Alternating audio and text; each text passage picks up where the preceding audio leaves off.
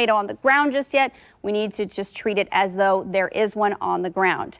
Let me come over here, see what's going on in the National Weather Service chat. Doesn't appear that they're saying there's much chatter going on. No reports just yet. It looks like there could still be that quarter-sized hail from this same thunderstorm, so it's still severe. It still could cause damage. While there may not be a tornado on the ground, this could produce damage to sidings, houses, rooftops, things like that with hail and some strong winds. And let me remove this for you so you can kind of get a better view of the interstates and where this is located. It is moving northeast at 20 miles per hour. Again, this is mainly east of 169 at this point, but it is just west of 69 Highway, northeast of Spring Hill at the moment. It was closer to Spring Hill within the last 15 minutes, but you can see, as we've been talking, it has not moved a whole lot. So you need to be taking shelter right now and staying in your safe zone, because this tornado warning is still going to continue at least for the next 15 minutes. Let me spread the picture out a little bit so you can see what's going on throughout the rest of our area, give you kind of a picture of what we're dealing with here. So far, showers and thunderstorms are scattered and they're continuing to push north and east. There's several different cells that are a little bit heavier, as you see near Paola, just northwest of Ottawa, heading towards Lawrence. While it may be dry in Lawrence, there's going to be some rain that'll be moving into your area here shortly. Other than that, Harrisonville, even up towards Lee Summit. Lee Summit, you'll be dealing with some light rain. Harrisonville, it's a little bit heavier there. Some scattered activity down towards Blairstown, Clinton, and Windsor. Sedalia, Warrensburg, and Odessa, those areas are mainly dry at this hour. I'm just going to move up closer to the north. Non-severe showers and non-severe thunderstorms are being tracked in northeast Kansas, northwestern Missouri. Really not a high threat there. As you can see, this green line, this is where the Storm Prediction Center has put a marginal risk, which they were expecting the chance for maybe one or two severe thunderstorms, and we've got that, at least at this moment. It's ongoing. So here it is. Closer look. Again, once more, tornado warning has been issued just as we speak, and it will continue until 4:30 this afternoon. We've got about 13, 14 minutes here. It's about 4:16 on this Monday afternoon. Now, the latest update, the latest scan on our radar, it looks like the cell is starting to weaken a little bit, but I guarantee you this could eventually beef back up in the next scan. So we're going to wait until we get another scan before we decide what we're going to do here. So far, it looks like on 135th and Flum, Johnson County emergency manager actually has reported pea-sized hail from this storm. So again, we can't just take this as if it's not serious, because we're not seeing any reports just yet. If you do live just east of Spring Hill in the southeastern corner of Johnson County, and as we're talking about this now, Johnson County still under that tornado warning.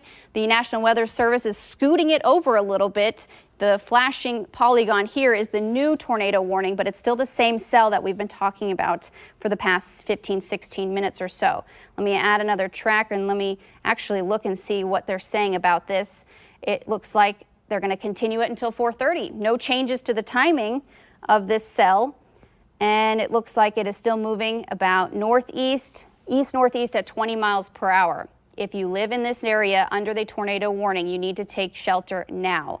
This needs to be treated as though there was a tornado on the ground, even though there may not be confirmation of one yet. Radar has indicated that there is the potential for rotation from this storm.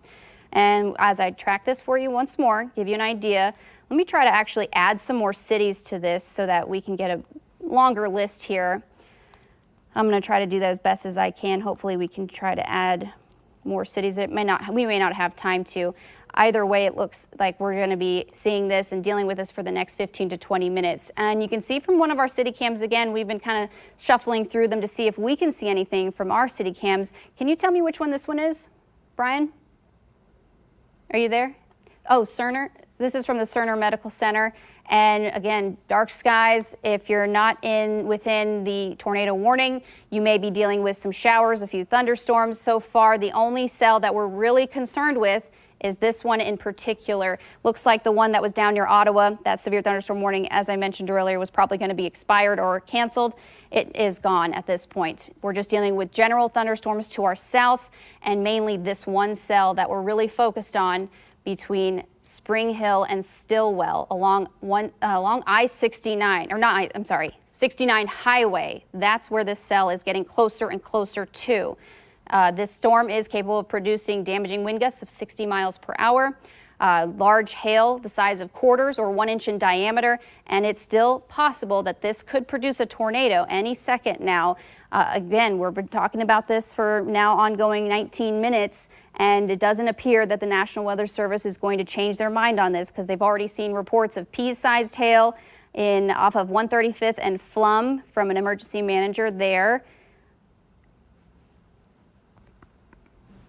Okay, now we're going to toss things over to Carolyn Long, who's also here with us, to let us know if you've heard about any damage, any reports. What's going on with on your side of the news? Well, Alina, we are keeping an eye, of course, on scout cameras across the city, trying to see if we can see visually anything you're seeing via radar. And this is a peek at what we found here. This is along I-35. These are in the northbound lanes here at 151st Street. You can see this FedEx truck off to the side of the road. It looks to have been pushed off the road. Now, whether that was wind related or not, we're not certain at this time, of course, but just something to alert us that potentially driving could be a problem at this hour, and definitely driving here along I-35. Again, this is in the northbound lanes at 151st Street. This truck off the road, not clear of what happened here, and we're hearing no injuries here at this location, but clearly it is taking traffic down to just one lane now, getting by through this area along I-35. But if you're sitting at home now, you're listening to the tornado warnings that Alina is alerting us to at Spring Hill and portions of Johnson County.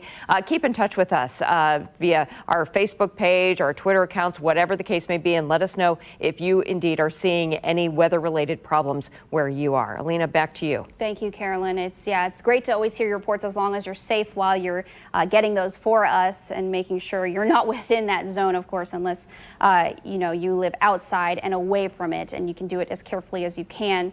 Obviously, we're going to be monitoring the National Weather Service chat to see if there's anything going on there. And so far, since you've been talking, there hasn't been any new updates yet. But again, there have been reports of at least hail the size of quarters near Spring Hill. I believe there was a storm chaser out there reporting that, and also an emergency manager near the Flum and 135th area where they reported pea-sized hail. Again, this is a tornado warning that will go in effect until 4:30, as this thunderstorm is capable of producing a tornado, large hail, and damaging wind. The large hail we've already seen several reports of so far in confirmation. Now, the tornado threat is the one that we're obviously most concerned with, and still waiting for some confirmation if there is any at all. But this is a radar indicated tornado warning, as you see here on Live Power Doppler. We are going to zoom in closely to see where it's closest to.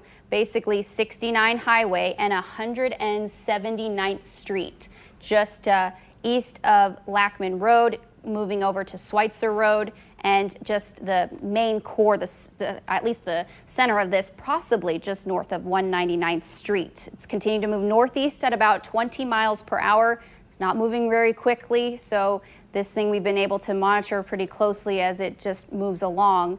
But we are going to stay on this as if this were a real threat, as even though we've been talking about the non-confirmation from a tornado, we still need to be taking shelter. Hopefully you guys are in your safe places as we're speaking. If you're in that tornado warning, you've probably heard your phones go off. I'm assuming the sirens have gone off, but obviously the tornado sirens are not for you. That's why we always ask that you have multiple ways of receiving those alerts. And of course, our KCTV5 app is a great one to get those tornado warnings, severe thunderstorm warnings, and all types of notifications. I am going to look closely at my phone for another source of radar just to make sure and look at a different product from here to see if there's any rotation at all. And it looks like there might be some very weak rotation within this. Let me get another product out here. See, it's very difficult to tell where this would be located. I'm mainly focused right here between, I would say, Spring Hill and Stillwell, where there could be something going on over here. But right now it's so brief and so weak that it's very difficult to confirm that here on the radar so far. Again, the tornado warning has been issued for just outside of Spring Hill. Now you are no longer included in that threat. So Ochiltree, Bonita, Olathe, Clare, Kansas, those areas just along I-35, you're in the clear from the tornado threat. The rain threat, though, that's not over with. Let me just show you what it looks like across the area. As we spread this picture out, you can see scattered showers and some thunderstorms that are continuing to lift to the north and east, and actually a new severe thunderstorm warning that has just been issued just near Paola. You can see the polygon flickering here in the orange. Let me actually check this one out to see what's going on here. This one is until 5 o'clock this afternoon, which includes Miami County for a thunderstorm near Paola. It's moving about 20 miles per hour to the northeast, and this thunderstorm is capable of producing 60-mile-per-hour wind gusts and quarter-sized hail. So this also needs to be taken quite seriously. If you live in the Lewisburg area, this storm is headed your way. You might be dealing with a little bit of light rain at the moment, but you may also notice it intensify over the next 15 to 20 minutes. Let me actually put a track on this cell too, so you can kind of see what cities it'll impact and the timing. Right now, it looks like it'll be in the Lewisburg neighborhood by about 4:49, Cleveland by 5:08, Lake Annette by about 5:16, as this thunderstorm is capable of producing large hail and damaging wind. We're going to go back now over to the tornado warning. As you see here, this is the one we've been obviously talking about. Okay, we're also actually going to go to our live reporter, Abby Dodge, who's out in the field. She's going to give us a live report. What's going on, Abby? Hey, Alina, we are out here at 635 in Parallel Parkway here in Kansas City, Kansas, and we're not even seeing any raindrops right now, but there are a lot of dark skies over this way. You see the Kansas City, Kansas water tower over there, and it's just dark skies from there on out. And then if you look the opposite direction over the highway, there's sunny skies. So that's what we're seeing out here. We're going to make sure to keep you updated if we start seeing anything in the skies or if we're hearing any rain, thunder, lightning, anything like that. We'll make sure to let you all know and report back. Alina? Thanks so much, Abby. It's great to get your live report out there and obviously have folks out in the field keeping a close eye on the skies for us as well. Another look at live power Doppler. You can see we're still tracking this severe warned or tornado warned storm, and now the National Weather Service has extended this in length. So we're going to continue to talk about this tornado warning until it is expired or until the threat, we believe it's going to be over. So far, it doesn't look like it's going to be completely over. If you live in Grandview, Belton, get in your safe spots now. You are now included in the tornado warning. This is a new warning that was just issued by the National Weather Service. Let me check to see at what speed this is going. This thunderstorm was actually located just east of Spring Hill, moving northeast at about 15 miles per hour. And again, radar indicated so far, haven't seen any confirmation of an actual tornado or funnel cloud. No reports of that so far, but this needs to be taken as if there was a tornado occurring right now. Here, let me take another track of this. I'm going to show you what cities this might impact within the next hour. And we're going to move to the east-northeast here. It looks like it'll be in the Hillside area at 4:45, Loch Lloyd at 4:48, Belton at 5 o'clock. If you live in the Belton neighborhood, please get in your safe zone right now. You need to stay there until the warning expires or until the National Weather Service, and we believe that this threat will no longer be imminent. But again, this is a new tornado warning for that same cell we've been tracking for the last almost 30 minutes now in these areas. It could possibly be in the Lee's Summit area by 5:40 this afternoon. Now, the Lee's Summit area is not included in the warning, just to clarify, but I've shown you this cone, this track, to give you an idea of what direction it could be headed anywhere within this cone you see here. Raymore, you're not included in this warning, but just be prepared if the National Weather Service decides to extend the warning to your area. So far, it looks like Spring Hill is no longer included in this threat, so you guys are in the clear, but anywhere along I-49 from Grandview down towards Belton and north of Peculiar or Harrelson, you're included in this threat. Stillwell, you're still under the tornado warning as we speak. This thunderstorm is capable of producing a tornado. Not only just that, but damaging wind gusts of 60 miles per hour and large hail up to the size of quarters or 1 inch in diameter. I'm going to briefly look over here. I've got the National Weather Service chat up in my left monitor so we can kind of see and look back and forth what's going on, what they're saying over there. So far, pea-sized hail was reported in the OP area, but nonetheless, still no reports of an actual tornado on the ground. But just a reminder, we still need to take this seriously. Get in your safe spot. We've talked about this before. It is the lowest, the center portion of your home. Make sure to have as many walls surrounding you as possible if you don't have a basement. And make sure you've got multiple ways of getting notifications, especially if new tornado warnings get issued, extended, or even severe thunderstorm warnings, because those can do just as much damage sometimes as a tornado warning or tornado warned storm, that is. There's still that threat down to our southwest of Lewisburg, just west of 69 Highway and east of Paola. That's the severe thunderstorm warning is still in effect for the next 30 minutes. Brian, are you trying to say something? Do you have something to tell me? No? Okay. I figured, okay. No worries. I thought my producer was going to tell me something, but for the most part, we're still going to stay pretty close eye on this storm as it is tornado warned, meaning the radar has indicated some amount of rotation, but there has been no official confirmation that a tornado has touched down. We do have another camera, though. I think this is still the Shawnee Mission Medical Center, I believe. Dark skies from that view, kind of the same stuff we've been seeing. Okay, we have another reporter who's live out there, Carolina Cruz. She's going to also give us reports from what she's seeing and what's going on. Here are the sirens, Carolina. How are things out there? Yeah, and Alina, maybe just within the last minute is when we really started to hear the sirens. So we are just on 79th and State Line. So technically we're on the Kansas City, Missouri side, but just across the street, that's Prairie Village, Kansas right there. And I kind of want to show you just the perspective of what we're seeing out here. So if we look off into the distance, that is further away from where the storm warning is. You can see that the clouds over there look fine. I mean, we can still see some sun out there, but as we start to shift our direction into where that warning is that you've been mentioning, you can kind of see some of those clouds obviously looking a little bit more stormy. And as I just mentioned, we were here for maybe about 10 minutes prior, and we could hear those sirens off in the distance. And again, just within the last few minutes is when we really started to hear the sirens pick up in our area. Maybe you might know a little bit more, but our phones have not buzzed of any warning here in this area or a watch. But again, the folks that live in this neighborhood here near 79th and State Line are probably starting to hear those sirens going off, as well as possibly start getting some alerts to their cell phones. So definitely just stay tuned with us and be mindful of that. Thank you so much, Carolina. And I just want to mention there's a new report coming in. I'm looking at the chat here, and according to emergency management in Johnson County, Sheriff's Office reports touchdown at 199th Street and Schweitzer.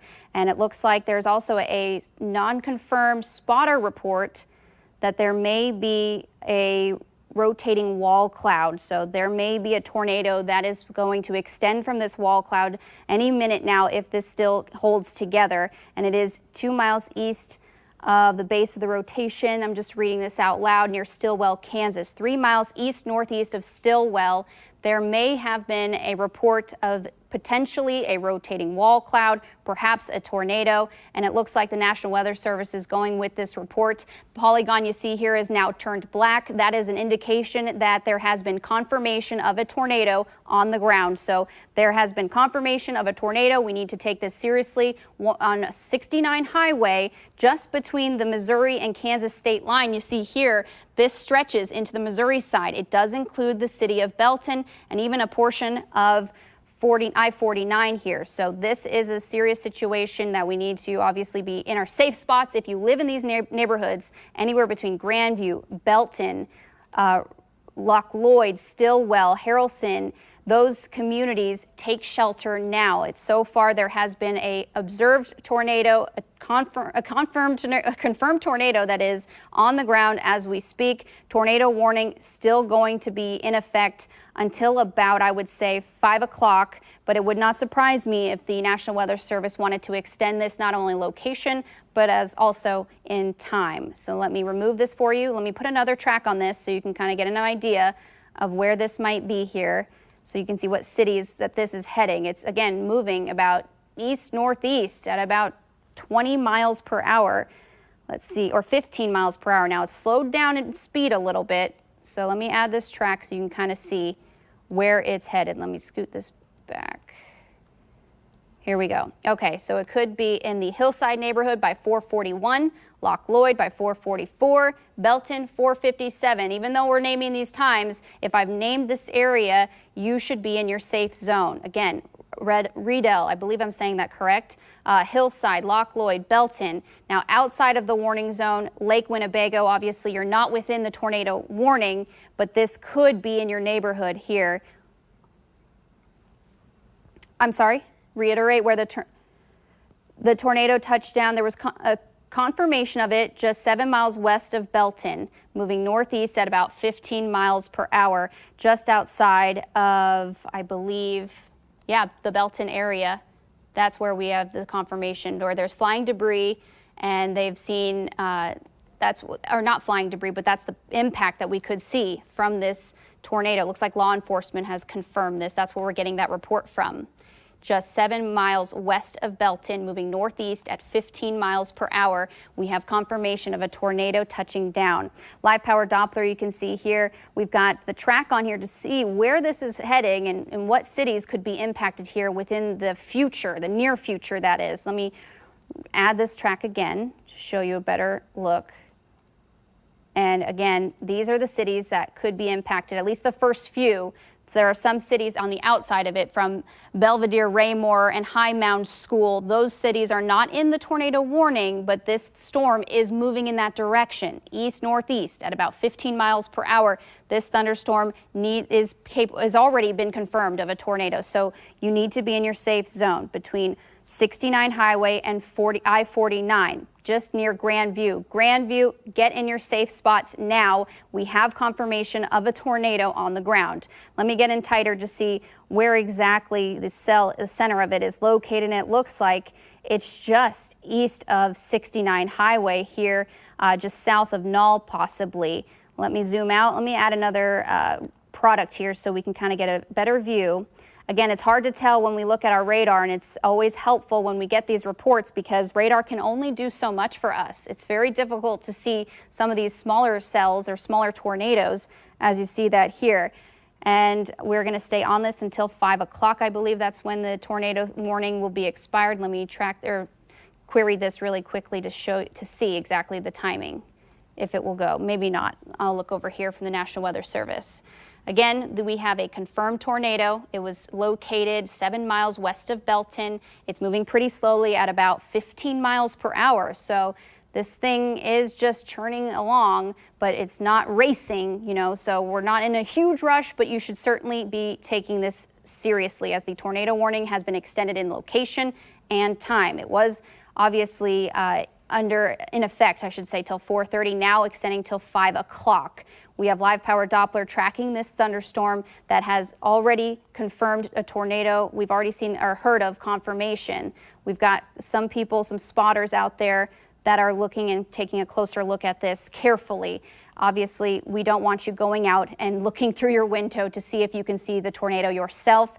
If you are in these cities, Loch Lloyd, Belvedere, Belton, Stillwell, you are included now into this tornado warning. Raymore, you're not included in the warning, but you still need to be prepared to get in your safe spot if the National Weather Service decides to extend this warning out east.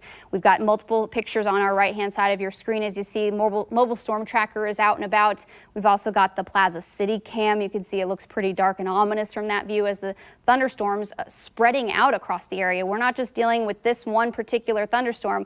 We've got several that are scattered across the area, mainly south of I-70.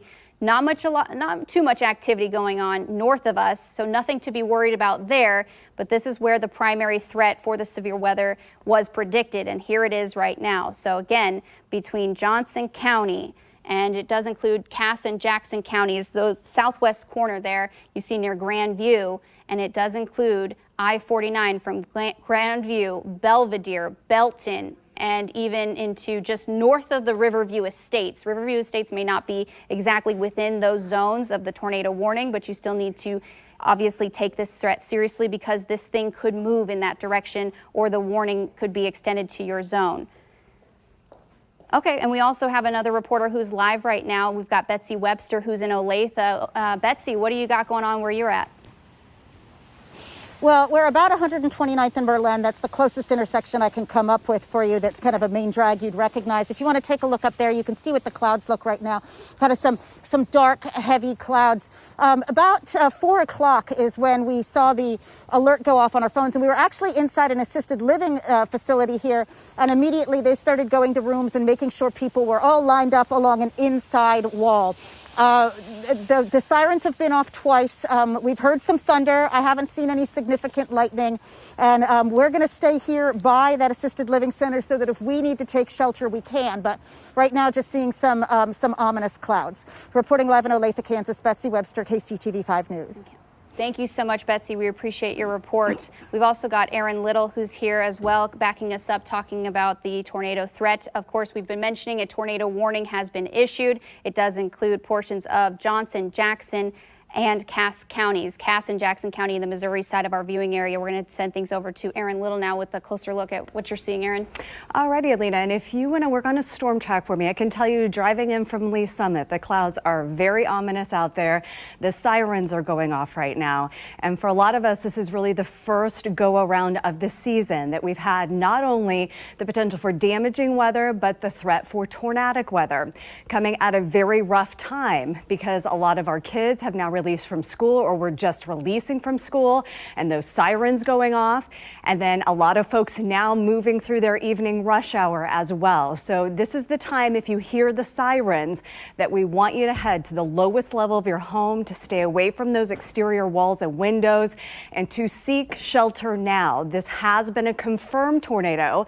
There's two different scenarios here. One being a tornado that's detected and we would have the sirens and we would tell you to seek shelter and take action. And then the second level up from that is once the tornado is getting confirmed. And that's exactly what has happened over the last half hour for our area. Alina has put a storm track on this for you. Again, this is live power Doppler. If you are hearing the sirens right now, we want you to seek shelter and head to that safe place in your homes. And this is a hard time too, because we may still have some that have kids at school with evening activities. It's just a rough time of day to have the threat for tornadic weather. The latest storm track on this for you. So this is going to move it near Belton Regional Medical Center. So that's right over areas of 49 Highway on the Missouri side of the state line. Cass County here just south of areas of the Grandview Triangle, about 444. Raymore, about 452. Aaron, the latest update coming in. Yes. I just got an update from the National Weather Service. They've just actually tweeted this out, that they believe that the rotation has weakened and the tornado has likely lifted. The tornado warning, though, remains in effect until 5 o'clock. So they're going to stay with this. Okay, so we're going to hold this here for about the next 15 to 20 minutes. And as we're continuing to keep an eye on this storm system, we had the ingredients in our atmosphere. All we needed was just that little bit of instability. And that's exactly what we have across our area right now. Again, if you are hearing the sirens for areas south side of the immediate metro, we want you to head to the lowest level of your homes and to seek shelter right now. For Raymore at 452, that's the newest track of when this storm system will be moving into your neighborhoods. Areas in Lee Summit, so hearing the sirens, southern portions of Jackson County, Missouri, here along 470 Highway, Longview, Lake Winnebago, Greenwood. These are my old stomping grounds here in Lee Summit for areas along 470 Highway, extending near Lee Summit Medical Center. So that's going to put it near 50 Highway for areas on the Missouri side of the state line. And I don't know if maybe we can zoom in just a little bit more here, Lena, and maybe if we can go to our velocity. So that takes us inside the thunderstorm complex, gives us an opportunity to really see where we might have those winds that are changing and directed. Yeah, it is really difficult. I know from about a half hour ago, correct me if I'm wrong, it was a little bit more well-defined. Slightly more defined. But again, this would be the notch that we would be watching for very closely. So here is 41 Highway. This is going to be 69 here on the Kansas side of the state line from Stillwell, Stanley, Lock Lloyd right over the state line, and then extending here on the Missouri side of the state line from Grandview right through areas of Belton and Raymore. If you are anywhere within this cone that we have kind of circled and highlighted here, you should be in your safe spot right now in the lowest level of your home. And this is the first time this season. And if you think back to last year, it was very unusual for our area. We didn't have barely any tornadic weather last year. So we really haven't had too many instances in the last 2 years where we've heard the sirens go off, and we need to take that action. But that's exactly what you need to be doing now if you are hearing those sirens over areas of, again, Cass County through southern portions of Jackson County, Missouri as well. This is the very newest update here of Live Power Doppler, and it's this little notch that we are watching very closely here on Live Power Doppler. Now, on the other side of the screen, you can see we have our mobile storm tracker in the field. I don't know if our producer in the booth can tell me where we're at here with this one, but we have multiple crews that are dispatched here at KCTV5 that are keeping an eye on these quickly changing conditions that are moving across our area right now. These thunderstorms have just enough instability that they have just enough spin in the atmosphere that are giving us that threat for tornadic weather. And if you're just joining us right now, we have had a confirmed tornado in the last half hour over the southern half of the immediate metro. I've just got this new update. Damage to homes. This is from the emergency manager, Trent Pittman in Johnson County. 193rd and Antioch. 193rd and Antioch. So that is going to be to the west of where the storm is right now. But again, if you wouldn't mind saying that again, Alina, and that'll be for our folks in the booth too, for our crews in the field. Yeah, absolutely. If they wanted to head to that area, there have been reports of damage to homes on 193rd and Antioch. Okay, and let me maybe if we could span this out just a little bit and give people the big picture of what's happening across all of the metro for right now. Again, tornado warning posted for the south side of the 435 loop for this thunderstorm complex that you see. This is the one where we have concerns for the tornadic weather, but there are multiple clusters of thunderstorms that are happening all across the immediate metro, from areas of DeSoto, from Edgerton, Gardner, Spring Hill, Olathe. So this is going to be the area that Alina just mentioned, not too far off, where we're now getting reports of potential damage from that confirmed tornado that happened just over the last half hour across our area. Another storm system that I'm watching closely, I don't know, Alina, if we can zoom in on this guy here. So this is going to be south right over areas of Lewisburg, Kansas. This one is a severe thunderstorm warning that's been posted right now from the National Weather Service. Hail and strong winds, the biggest concern here for the time being, but I'll be completely honest with you, this one is in the same environment that we have right now for the threat for tornadic weather. So we're going to be watching this one very closely. We can put a storm track on this for you just to move its way to give you an idea of where this storm system is headed here. This is the secondary cluster that we're watching. Again, for areas of extending through West Line here about 502, Cleveland about 509, Lake Annette about 519. Again, if you are hearing the sirens right now, this is not a drill. We want you to head to the lowest level of your homes, to stay away from those exterior walls and windows. We want you to seek shelter now. This is not a drill like we saw just a few weeks ago that kind of had a lot of folks alarmed because they had all the alerts that were going off on your phone. If you're hearing the sirens, you're getting those alerts on your phone and you're seeing them on the TV, we want you to head to your safe place right now. Now, we have several crews that are in the field keeping an eye on the very close conditions with this tornadic weather. We want to go to Emily Rittman now, who's in South Kansas City. Emily, where exactly are you and what are you seeing? Well, Aaron, we're on Blue Ridge Boulevard near I-49, and we're right on the city limits in between Kansas City, Missouri and Grandview. And the sirens have stopped here at our location. We'll give you a look at the sky from our vantage point. We are hearing thunder, we are seeing lightning, and we have seen the wind be quite strong at times, then kind of slow down a bit, but then start back up again. So we are listening closely to you and Alina there in the studio. We have our cell phones, we're watching the radar and keeping a close eye on the situation here. But I can tell you that sirens were going off in this area where we were not long ago. And so we, of course, like many people in this area, were taking shelter, but those sirens have since stopped. But because this is a developing situation, we will continue to stay connected and listen to you for advice. Reporting live, Emily Rittman, KCTV5 News. Thank you so much, Emily. We want to talk about a new tornado warning that just got issued by the National Weather Service. It's for this cluster that we've been talking about, the cell, and just south of Belton now, where this new warning has just been issued. As you see here, this one does include the city of Peculiar, just north of Cleveland, and it also shows just a portion of Pleasant Hill within this zone. And we are actually going to track this for you to show you what areas it's located. This thunderstorm is capable of producing a tornado. It is moving northeast at about 20 miles per hour. Aaron, if you want to track this and talk more about where it's headed. So we have a new part of the metro that is now hearing the sirens going off. If you're now hearing those sirens for areas of Cass County, Missouri, now is the time to seek shelter and head to the lowest level of your home to stay away from those exterior walls and windows. So we're continuing to keep an eye on these thunderstorm complexes. We've got just enough spin in our atmosphere to give us not only the threat for tornadic weather, but we have had a confirmed tornado over the last 30 to 40 minutes with these storms moving their way across our area. So again, a new tornado warning now posted for north and western portions of Cass County, Missouri. That is going to be until 5:15 now with this new warning that's just come in. This storm is moving to the east at about 20 miles an hour. And again, the potential for seeing life-threatening weather as this storm system is moving through. Alina has put a storm track on this for you. So again, this is the thunderstorm complex where we have the potential tornado on the ground right now for areas just off to the north and to the west of Peculiar. So this is 49 right up and down here, this yellow line that you can see. And the timing, I mean, this is just not the best timing for the amount of folks that we would want to be at home and in their safe places. We are in the heart of our evening commute right now. A lot of folks just trying to get home.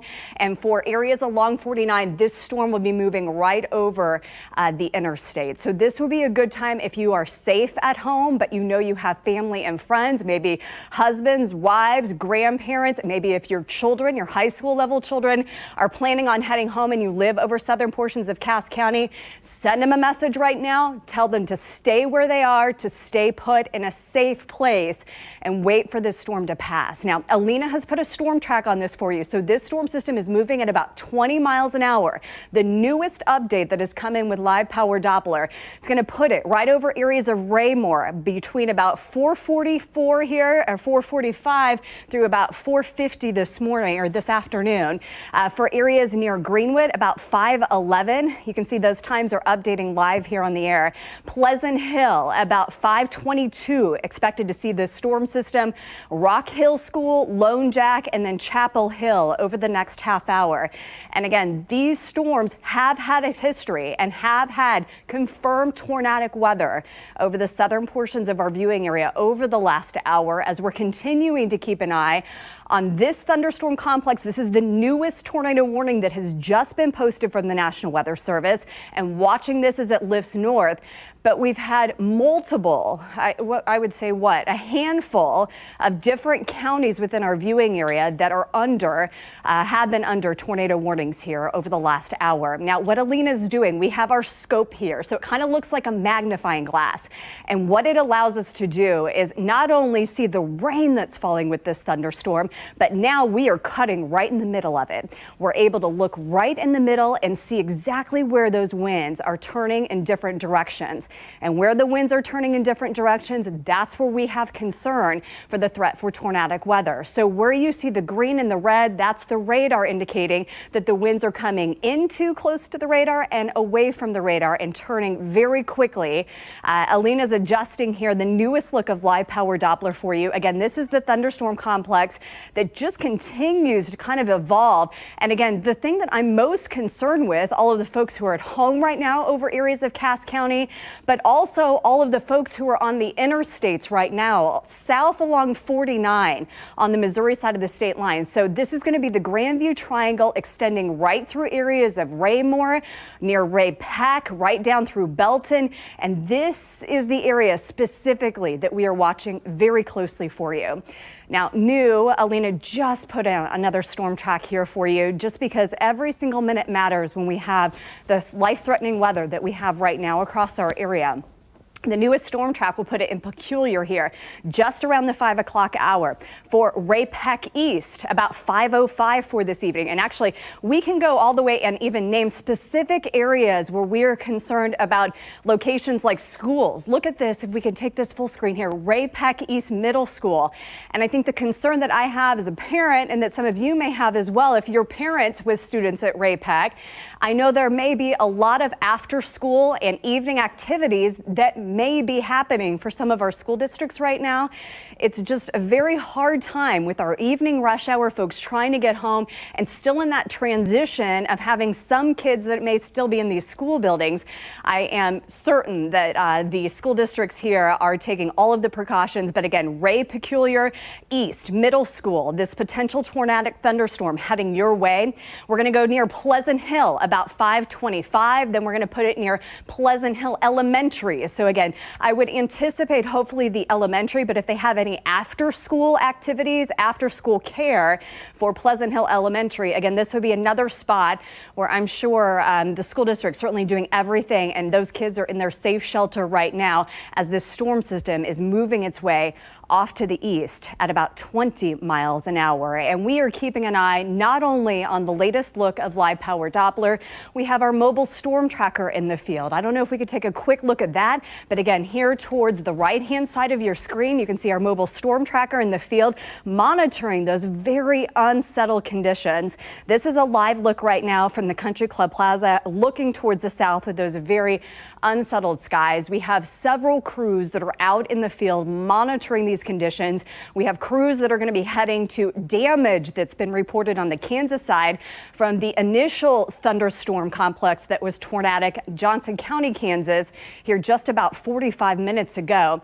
Again, tornado warning. This is not a drill. If you are hearing those sirens, I know it has been a while.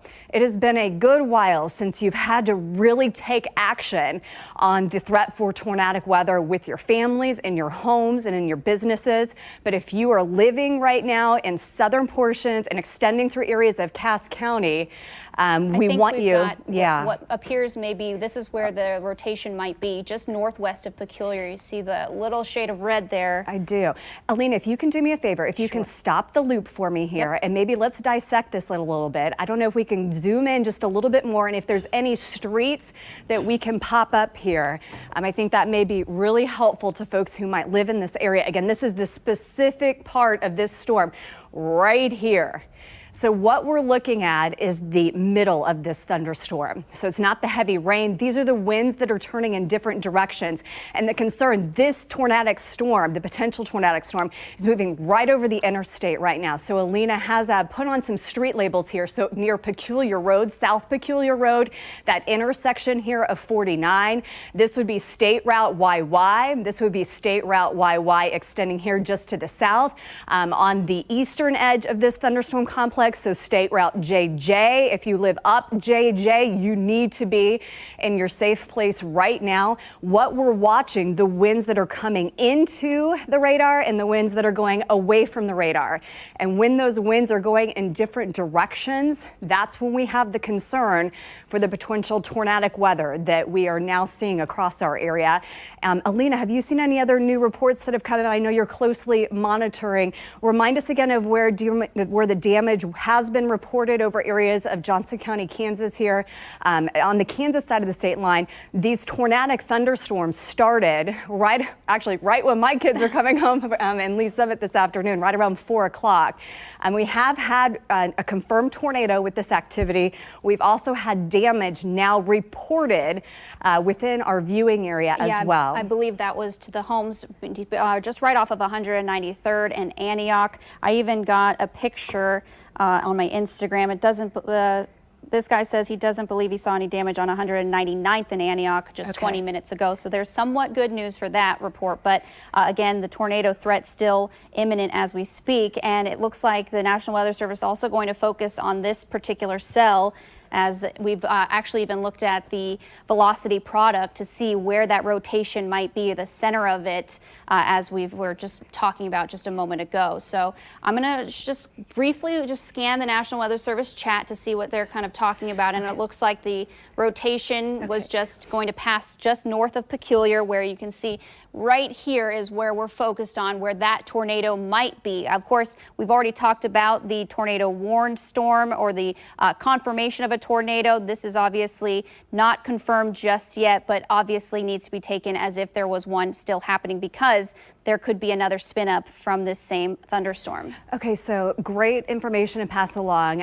In the booth, if we could take our mobile storm tracker, so exactly where Alina was just mentioning that we have confirmed damage now from that confirmed tornado just about 45 minutes ago, we are now driving through that part of town. And if we're looking really closely to our producer in the booth, yep, you can see the tree limb that is down here. If you look up in that tree, you can see debris up in the tree. If our producer can remind me exactly where this is. 193rd in Antioch. Okay, so you can certainly see that we do have some tree damage for this neighborhood specifically. We have folks who are out and monitoring the conditions here. We have seen tree limbs down. I saw debris that was in that tree as well. So we're continuing to monitor the damage from the tornadic storm that moved through areas on the Kansas side of the state line about 45 minutes ago. I want to update you the newest storm track now on the tornado warning that's in effect right now. Tornado warning posted for areas of Cass County, Missouri. This is the area specifically that is highlighted here in this red box, where we have the threat for not only damaging storms with wind and brief wind gusts, but we have the potential for tornadic weather.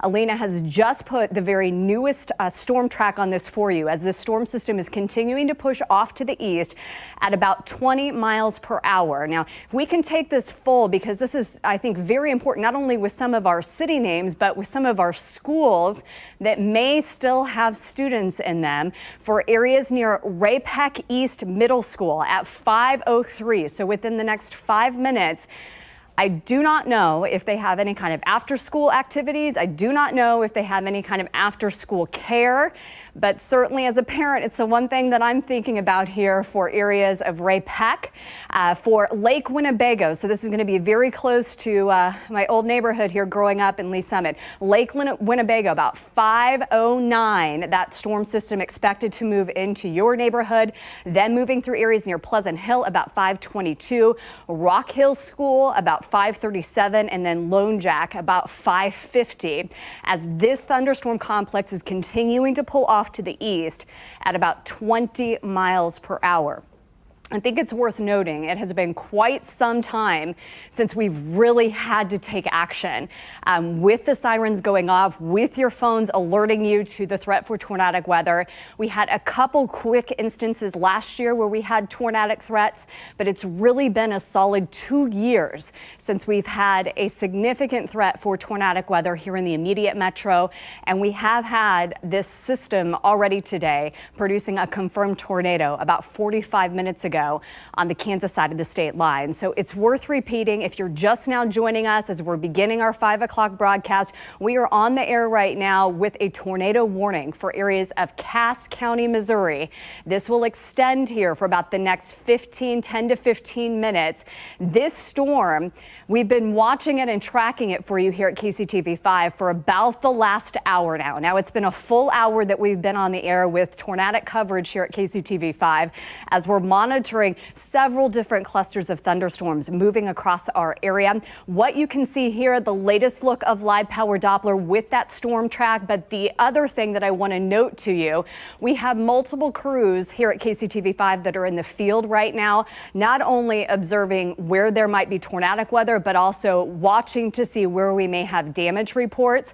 And this look from our mobile storm tracker right now over areas of Johnson County, Kansas. Now, I would ask you if you are safe and at home and these storms have already passed you for areas of Johnson County, Kansas.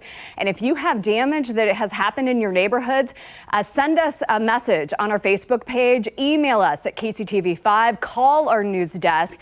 We will pass that information along to all of our viewers as we continue our coverage here for you at KCTV5. Again, Alina is kind of readjusting live power Doppler for you. And where you see this red shading here, Cass County, this would be Cass County for areas with that tornado warning posted here as we're watching this specific cell for the threat of tornadic weather.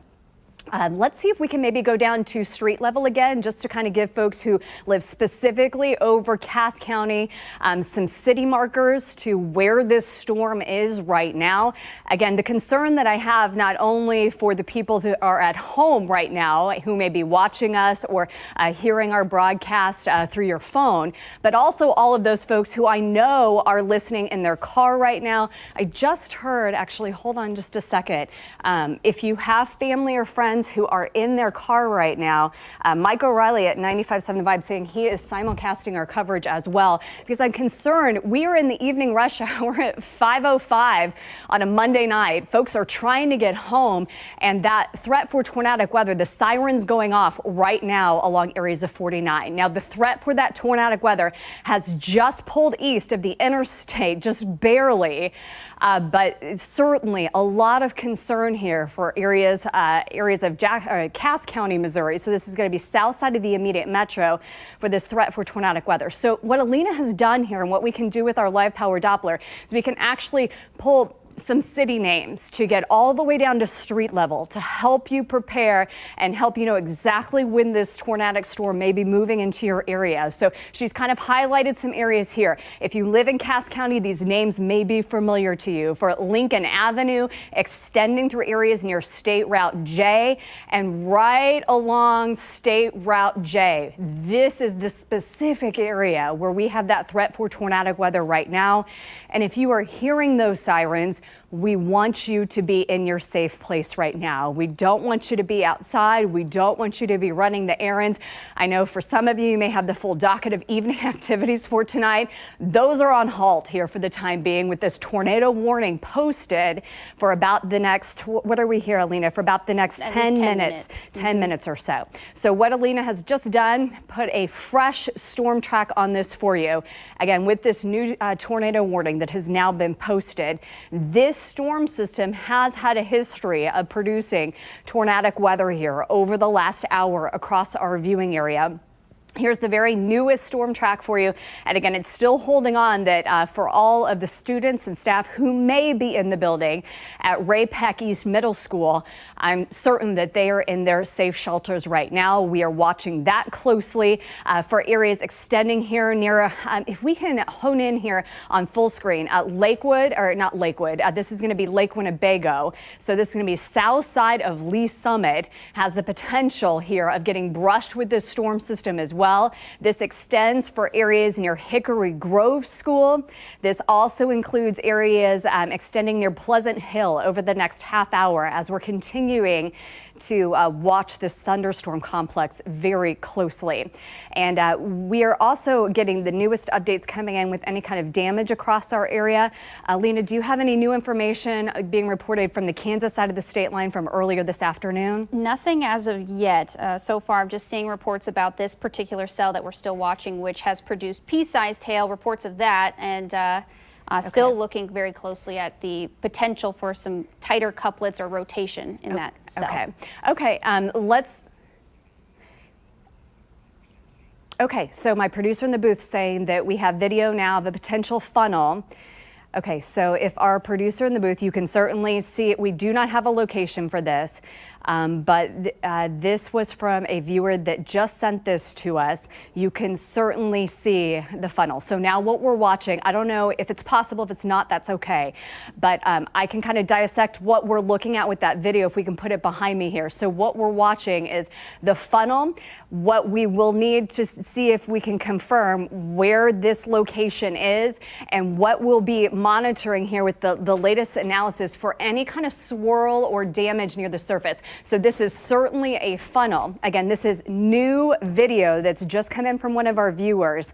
Certainly we have the funnel here. Very difficult to see if there's any debris flying around from that video. So obviously that's not one where we can confirm a tornado, but obviously, as you mentioned, the funnel cloud, and that's most likely where the tornado developed. And can I just say, as helpful as this is for us to see video, what we have right now, people who are outside shooting pictures of the funnel, we appreciate you sending that to us, but we want you to be safe first and foremost. So if you're hearing the sirens, we want you to be indoors, in the most interior room of your home, in the lowest level that you possibly have, because with this potential, we have a new tornado warning, Erin. Okay, so yeah, we're gonna keep an eye. If you have any video and you are safe, please send that to us, and we'll continue to post that here at KCTV5 as well. Alina has a new warning that's just been posted. Alina, go ahead and share with us that new information. Yeah, this warning was just issued for Cass and Johnson County, Missouri, until 5:45 this afternoon. At about 5:07, a severe thunderstorm was capable of producing a tornado located just near or East Lynn, or 8 miles west of Holden, as you just mentioned. Okay, so can you give us a little bit of perspective here for just a second? Because now we have two distinct areas where we have the threat for tornadic weather. This is not an extension of the earlier thunderstorm. If we can just query this, just to again pass along, we now have more folks within the immediate metro that the sirens are just now going off. A new tornado warning that has now just been posted for areas of Cass County, Missouri, Johnson County, Missouri. So this is 50 Highway here, Warrensburg, and areas near Holden, Missouri, Centerview, all in the path of this thunderstorm. A new tornado warning now posted for this thunderstorm complex that you see. It's sitting right between Holden, Missouri and Gun City, Missouri. Now the sirens are going off for a new part of our viewing area. And if you are hearing the sirens, if you are getting those weather alerts on your phone, we want you to seek shelter now. This is not a drill. We have had confirmed tornadoes on the ground with this storm system that we've been tracking for tonight. Again, a new tornado warning now posted. Now we have two distinct thunderstorm complexes that both have the threat for tornadic weather happening right now within our viewing area. This is the newest one. Let me show you the new update with the storm track, and then we're going to go to the other tornado warning that we have right now. Alina just put the newest update here on live power Doppler with our storm track. So through Holden School, 5:14, same concern here. I do not know if we have after-school programs. I do not know if we have after-school evening activities. But if you live in Holden right now and you are in a safe place, message us at KCTV5. Send us a message on our Facebook page, through our news desk. Let us know, because we will pass it along to our viewers through areas of Holden at 5:15.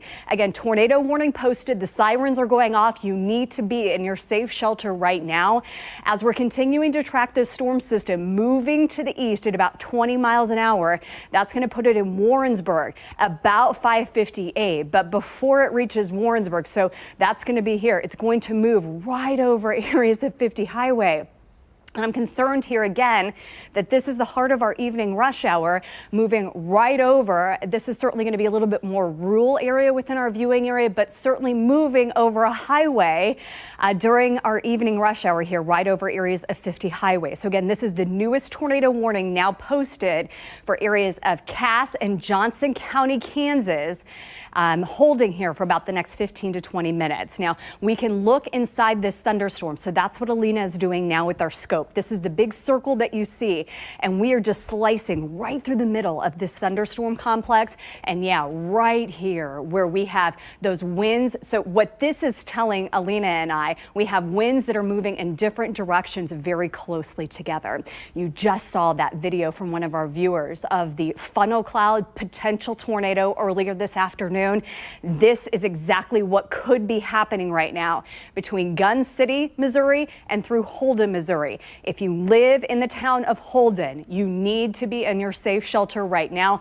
This thunderstorm complex is moving right over Holden, Missouri over the next 5 to 10 minutes, and then will move its way right up areas of 50 Highway as well here on the Missouri side of the state line. I know what Alina's thinking here. Let's zoom it on in for 50 Highway here. So right over areas near Kingsville. This is Holden, Missouri here. So we've got the intersection for you right through the main strip here of Holden between 58 and also extending through our highway here north and southbound. And this is the specific area right here where we have the red and the green indicating that our winds are moving one way in and one way out. And it's that turn in our atmosphere that is giving us the concern for potentially tornadic weather. Now we have two different thunderstorms. So this is the new warning that's just been posted. Alina, let's update folks here on this secondary storm as well. If we could query this, again, tornado warning posted for this thunderstorm complex as well. Right now, this is just off to the west of Pleasant Hill, just to the south of Greenwood, Missouri. So southern portions of Jackson County, Missouri, right over areas of Cass County. We have two distinct tornado potential warned thunderstorms that are happening right now for our area. Again, this is the tornado warning that's posted for areas of Cass County. This is the one we've been watching for about the last half hour. Tornado warning posted until 5:15 for this thunderstorm complex.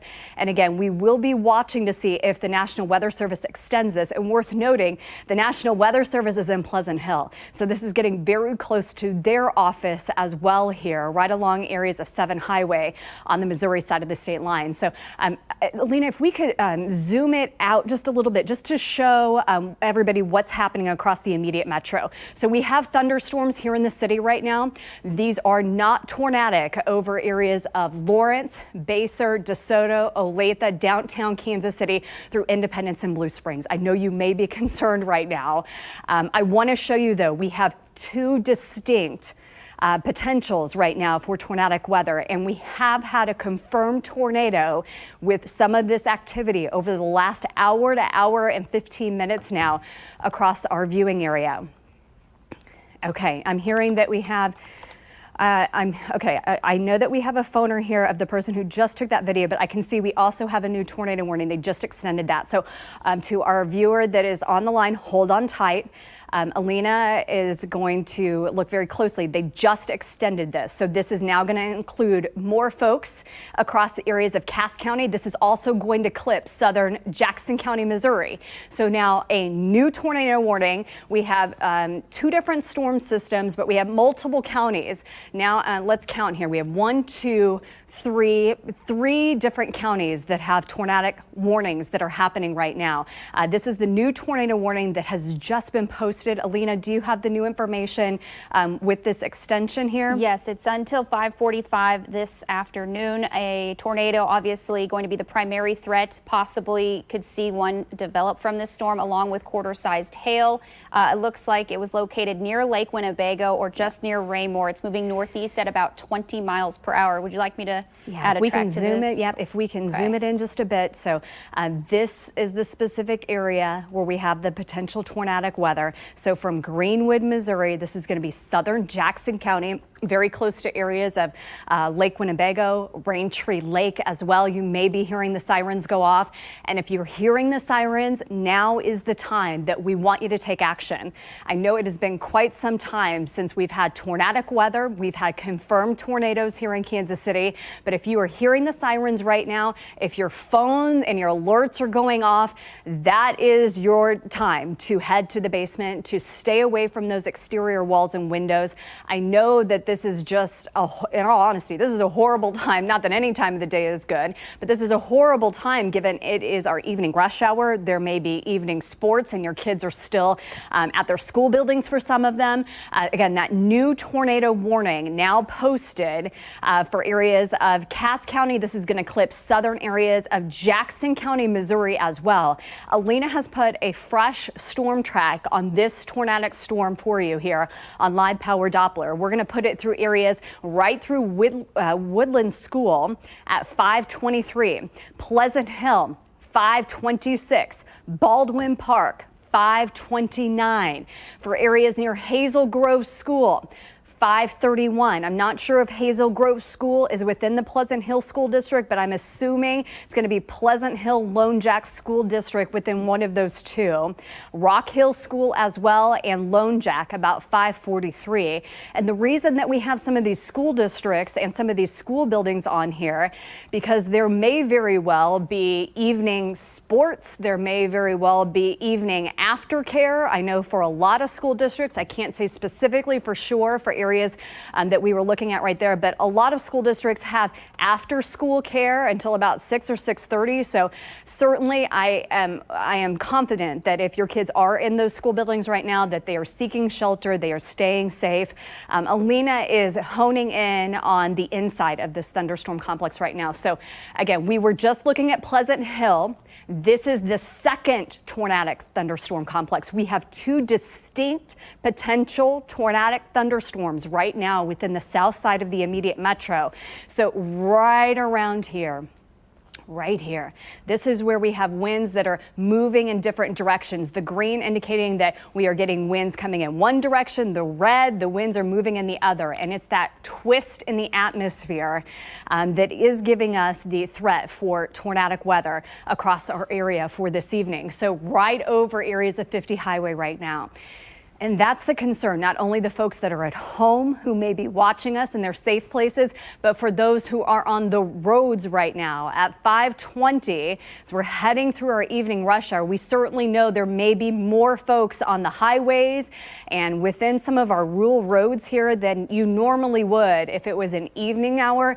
5:15 is just a hard time as some folks may be navigating trying to get home right now. And Alina is putting a fresh storm track on this for us here as this is pulling its way off to the east northeast. That'll put it near St. John's Church. So if you live near areas of Holden, you may know exactly where I'm talking about right now. This puts it near St. John's Church about 5:26, the Jacoby Chapel about 5:40, Centerview, Missouri 5:42. Liberty School about 5:57. And again, this would be for areas near Holden, Missouri, not the north side of the 435 loop. Liberty School here near Holden, Missouri. And then here's the list of areas that are going to be next impacted near Mount Olive as well. Again, we have two different tornadic thunderstorms that are happening right now. I believe that we had the video of that funnel that was reported, and not only have we had a confirmed tornado, we're now beginning to get some of our viewer pictures and viewer video in of this tornadic weather as well. To our folks in the booth, I'm not sure if we still have the gentleman on the phone who shot that video just moments ago. His name is Michael. Michael, you are live on the air right now at KCTV 5. We just saw your video. We have two tornado warnings that are happening right now. We can see your hand at the video. We can see that potential funnel that you were watching. Can you tell us where you were at when you shot your video, sir? Yeah, I'm here at work at 7-Eleven on 135th and Quivira. Okay. And I was just outside once the tornado sirens went off, like normal people do. Yeah. And it literally just came straight out of the sky right in front of me, dropped down over by the Overland Park Airport. It was coming from that direction towards us. And it just dropped down probably to about the tree line, stayed for about 15 seconds, and then went back up. It went right back up. Michael, can you tell me, I'm assuming that you are safe and there's no damage anywhere close to where you're at work right now. And again, remind folks where you're at, because we're watching your video live on the air right now of the funnel cloud that you saw just moments ago over areas of Johnson County, Kansas. Yeah, I'm at 135th and Quivira at the 7-Eleven. Okay. And there's no damage. It's just downpouring, puddles on the road, but there's no damage. There wasn't even really any wind with it either. Like the trees weren't blowing or nothing. It's kind of eerie, isn't it? It was very eerie. It went very silent, and then it just came down, no wind, and then went right back up. Okay, Alina, I don't know if we can maybe loop over the last 2 hours, just to give folks an indication of this complex of thunderstorms and tornadic weather. This all started, these storms started to develop just as anticipated right around 2, 3, 4 o'clock o'clock this afternoon. Now, where Michael was at here, this thunderstorm complex that we saw moving here from areas of Johnson County, Kansas, this is where we originally had the tornado warning right around 4 o'clock this afternoon. But again, we've been watching for that threat for tornadic weather that still continues. We have 2 distinct thunderstorms. Now, I want to kind of calm your fears here for the time being. If you live over areas of downtown Kansas City, from areas of KCK, Shawnee, Gardner, Olathe, the rain is coming down. It looks very threatening, but now that threat for at least tornadic weather for the moment has kind of subsided here for areas of the 435 loop. But these 2 triangle boxes that you see here, these are the new tornado warnings that are holding right now across our area. Let's go one by one and show you again the newest information coming into the Weather Center in terms of 2 different distinct thunderstorms. So certainly this one looks more impressive than the one near Pleasant Hill, but we're not going to let our guard down by any means for areas south and east across the immediate metro. So this is going to be right over areas of Greenwood, Missouri, not too far from Lake Winnebago, not too far from Raintree Lake. In the neighborhood I grew up here, south side of Lee Summit. This complex extends right down through areas of Pleasant Hill. This tornado warning has been posted and will extend. Oh, yep, you can hold on. I'm trying to see. It just got reissued, basically. Oh, yes, I see it now. Sorry, this. No, you're good. So the moment that the National Weather Service reissues a tornado warning or issues a new tornado warning, instantaneously, and that's what both Alina and I saw right out of the gate. So Alina, can you share with us the new information? So it's going to be this new box. This was the old box. So this area has now passed the tornadic threat. But again, this is the new tornado warning that has now been posted. Can you share with us, Alina, that new warning that's now just been posted? Yeah, absolutely. It's this cell still moving about east-northeast at 20 miles per hour, just located near Pleasant Hill, as you can see where the darker shades of yellows and oranges are. Yeah. And again, this is until at least 5:45. I know that one says 5:23. There must be a delay in our data here from what the National Weather Service has issued, but from their report, their newest one until 5:45 this afternoon, when, as radar has indicated, rotation. Again, not seeing any confirmations yet from this one. And you know, Aaron, there's also another cell just outside of Knob Noster that I'm also looking at. Yeah. It's not confirmed. There's no storm, thunderstorm or tornado warning. Earlier, it was looking a little bit concerning, but obviously nothing to assume right now. Okay, so let's update folks on these 2 storms quick, and then we'll go to Knob Noster. So new tornado warning now posted for Cass County, Missouri, southern Jackson County, Missouri. Alina said till 5:45 this evening. Again, we want you to be in your safe shelter. We want you to be seeking shelter right now. They have now held and extended that tornado warning for areas of Cass County and Jackson County, Missouri. Then right over Holden. This is the newest update on Live Power Doppler. This thunderstorm complex right on top of Holden right now, right over areas extending through 50 Highway. Tornado warning posted for this thunderstorm complex as well. This is going to be Johnson County, Missouri. Now, Alina mentioning that she's watching this thunderstorm here. Another, this would be the 3rd thunderstorm complex. This one not warned right now, but Alina mentioning that she's watching this one very closely as well for the potential for tornadic weather as we're moving to the east of Holden as well, near Knob Noster. So again, several counties, let's count them here together, 1, 2, 3 counties right now within our viewing area under tornado warnings. Producer in the booth, if you could relay that information along to me again. Alrighty. Okay, we have Abby Dodge, who's in the field. We are tracking not only the thunderstorms that are happening right now, the tornado warnings that are in effect. Abby Dodge right now. We can see the tree damage behind you, Abby. Where are you at? And can you tell us maybe some streets within the subdivision that you're in, if you can? Yeah, Aaron, we are at 193rd and Antioch. The houses here are spaced out. There's a lot of space in between them, and there's a lot of rural land around here as well. But this street took the brunt of the tornado that touched down. You can see lots of tree limbs along this road. There's also a piece of metal debris up in this tree back over here. The house next door here, the fence is completely knocked out. There's already people out here working. The tornado swept through, but people are coming together. Neighbors are driving by, honking, asking what they need. I see some wildlife back over here. There's horses back over there. They look to be just fine. And then look at this house's roof. It's almost like the tornado tried to pick it up and put it right back down. We've got the gutter completely torn off, broken windows. The homeowner inside here said that the table, which is a very, very heavy kitchen table, was moved about 5 feet. There was some furniture rearranged in this house. And I'm actually with the homeowner right now, Dean. And Dean, you said you weren't here when this happened. You were coming home from work. What did you see when you came home? Well, I'd stopped down around the corner here under the underpass because it was hailing real bad and a lot of wind. And then it subsided and I came on and I thought everything looked pretty good till I got right up the hill here. And then I could see when I came around this way, it's a disaster inside and out. And you said, I saw some Evergy trucks out here earlier. You said you haven't even tried to turn your power on or see what that situation is, right? No, I just came right back on out. I wanted to see what was going on in there and then reassess out here because I hadn't walked around the whole house. But and there was people coming to check, and my mother-in-law lives close. I went down to check on her to make sure everything was okay there. And so I'm going to be checking it out here pretty quick, I guess. Okay, and your neighbors have been driving by checking on you, but it looks like you and the houses immediate to you are the ones that took the brunt of this. Yeah. I don't know who's doing all that. There's these storm chasers show up, and they want to hand out their card and start doing all this work. And I'd just gotten home. I wanted to see, I'm kind of a little stunned, yet. So I'm going to see what I got to do next. Yeah, still in shock. I appreciate it. Thank you for talking with us, Dean, and we'll make sure to keep in touch with you. Okay. Now, Aaron, it looks like there wasn't a lot of damage to houses surrounding this, but the damage that did get hit by tornadoes looks pretty rough out here.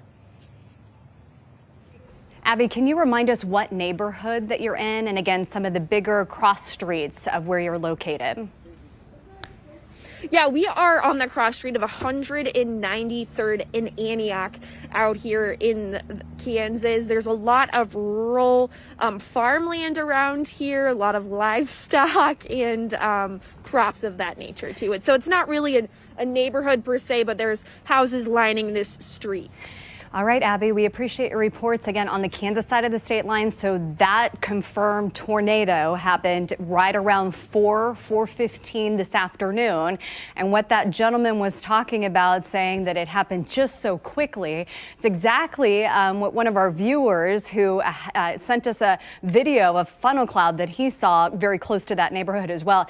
It is almost an identical scenario from what he was picturing as well, and kind of describing to us these quick spin up. So we may quickly go from a very threatening thunderstorm to the potential of a funnel cloud and a brief touchdown and quick damage in some of these neighborhoods. I want to show you the newest update here of Live Power Doppler now. We have 3 different counties, 2 different thunderstorms that could both be potentially tornadic. Let's start with this one, Alina, right over areas of Holden, Missouri. Tornado warning posted here for areas of Johnson County, Kansas. And remind me, Alina, the warning time here for areas of Johnson County, Kansas, I'm going to assume here it's for at least the next 15 minutes. Yeah, I believe so, till 5:45. Until 5:45. And I would not be surprised. We're going to wait here another 5 minutes, but I would not be surprised if the Weather Service decides to extend this as well. Sure. Alina has just put a fresh storm track on this for you as this storm system is moving east northeast at about 20 to 25 miles an hour. So that's going to put it right over areas of Centerview, Missouri. I have family and friends who live there. I know this is very rural, but if you live in these neighborhoods and you are hearing the sirens, and you may not even be hearing the sirens, if you're watching us right now and you are in areas of Johnson County, Kansas, right over areas, again, extending right over 50 Highway near Holden, Missouri, we want you to be in your basement if you have it right now. If you don't have a basement, we want you to be the most interior room in your home, away from those exterior walls and windows, if at all possible. We just saw that gentleman in Kansas who has damage to his home, and that's the concern that we have, the concern of property damage, the concern of people having injuries from these thunderstorms. Tornado warning, again, continuing. This is the newest storm track. So Centerview about 5:37. The UCM campus, I'm trying to think. In all honesty, I don't know how many kids may be remote at UCM right now, how many of them may be in the building, but if you have students who are at UCM, those college students, now's the time to be texting them and telling them you need to be paying attention to the weather. You need to be in your safe shelter right now. If you're hearing the sirens, you need to be in the lowest level of the buildings that you are in. Again, this is one thunderstorm complex, and this is a lot more concerning than the previous ones because there's such strong velocity signatures. Yeah. So maybe, Alina, if you want to zoom this in and explain to people what we are seeing at home here. Sure. We are looking inside this thunderstorm right now. Absolutely. And the green are arrows towards the radar, red usually indicating away. And when you get those closer together, that's a good indication that there is some amount of rotation happening within this cell. And yes, again, it's mainly north of Holden that we're really focused on right now. There's not going to be too many streets just because I have family who lives in Centerview right now. Hopefully he's in the basement, not outside on his deck, because there aren't a ton of streets here. These are rural roads and highways. But if we can zoom this out just a little bit, again, this is going to be Highway 131 extending right here through 50 Highway. This storm system is just passing there. So this is going to actually, no, this 58. Is 58. Yeah, my apologies, 58 here. So the intersection of 131 through Holden and 58. Here's 50 Highway near Centerview, and this storm system moving right over 50 Highway. So the concern for tornadic weather, not just for the folks who are at home right now, but the potential for the folks who may be on the interstates and these highways right now, specifically 50 Highway through areas of Johnson County, Kansas. If you are hearing the sirens right now, we want you to seek shelter. Tornado warnings posted right now. We have 3 counties, Johnson County, Kansas, Missouri, Jackson County, that's going to be Jackson County, Missouri here, and then also Cass County. Let's, if we can, Alina, please zoom in on out. We'll show the 2 distinct thunderstorms. We've got Betsy Webster in the field. Again, these are the 2 different tornado warnings that we have right now for Pleasant Hill, Lone Jack, and then again for Holden right through areas of 50 Highway. We have multiple crews in addition to our mobile storm tracker in the field monitoring these thunderstorms. Betsy Webster live in the field right now. Betsy, can you tell us where you are and what you are seeing? Well, we're in Bucyrus, Kansas. We're about a quarter mile east of where Abby was, 193rd and Antioch, and about a quarter mile east of that. I want you to look behind me here. You can see quite a bit of debris in the trees, and look at how the bark has just been shaved right off of the tree there. Now, if you scoot over just a little bit further, you can see this is a garage/barn, and the entire back half of it has been taken off. I'm trying to squeeze my glasses on without fogging up. All you can see there right now is some of the insulation. Now, the man who owns this barn and garage, a neighbor told me he was at home, and if we pivot over just a little further, you can see what happens. You can see the debris in that tree. They say that something, they believe a branch or something came through the window and actually hit him in the forehead. He had a cut on the forehead. He's being looked at right now. Now, also just a little ways away where Abby was, someone captured this tornado arriving on the Ring doorbell camera. We want to show you that video right now. This is, the wind is kicking up, the debris is coming onto the porch, and this happened quickly, and then this ended quickly, but certainly something very startling. I'll also tell you that on our way down here, as I was driving down Schweitzer, I noticed what looked like snow on the ground. Turns out that was hail, but so heavy that it looked like snow on the ground. Now, once you get the chance to come back out to where we are, I want to show you something else that indicates how strong this storm was. These metal poles here, they are installing new power poles. And there were 2 poles, one here and one over there, and they were parallel to each other. Now look behind me. One of those poles that was parallel to this one was lifted up and smacked down exactly perpendicular. So this is, well, actually I haven't tried it, but let me check here. I'm pretty sure that this is pretty heavy. Oh my gosh. Ugh, yeah, I can't even lift that. So that's how heavy this pole was that was lifted up from the same angle as this one and ended up like that. We're going to be going through the neighborhood to get a better sense of surveying the damage, but certainly pretty significant damage here in Bucyrus, Kansas. Back to you. Wow, Betsy. Wow. Okay.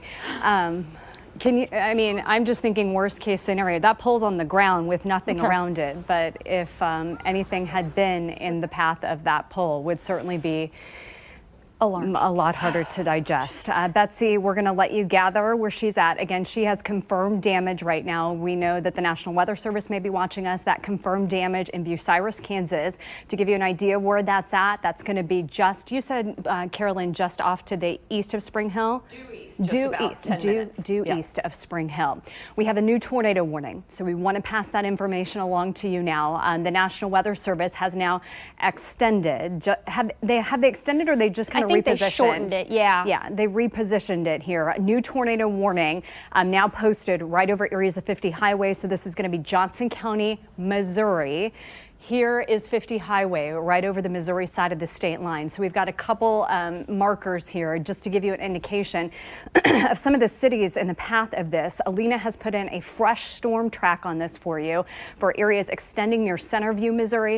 If you live in Centerview, Missouri, I know it's a rural part of our viewing area, but if you live in Centerview, Missouri, you should be in your basements right now. You should be away from those exterior walls and windows. I know this is more rural, so some of you may not have basements for areas within areas of Johnson County, Kansas. Just stay away from those exterior walls if at all possible with this threat for tornadic weather. The newest storm track on this will put it through Sky Haven about 544, Blind Boone Park. So if you live over areas of Johnson County, Missouri, you know exactly where I'm talking about right now. And then moving through areas of Warrensburg. So the one thing that we just talked about, if you have kids, if you have students right now at the campus of areas of Warrensburg, now is the time that we want you to text them. Actually, I don't want you to text them. I want you to pick up the phone. I want you to call them and make sure that they are not only in their safe place, but they are certainly just being weather aware with the conditions that we have across our area right now. Now we've seen two different parts of town on the Kansas side where these storms initially moved through at about 4 o'clock this afternoon, both of them with damage, wind damage. That's what we're going to be watching for with this thunderstorm complex as well. Again, and now you can see a new warning. So the moment that the National Weather Service issues the warning, it immediately comes in through our radar. Alina is repositioning. So now they have just extended that tornado warning.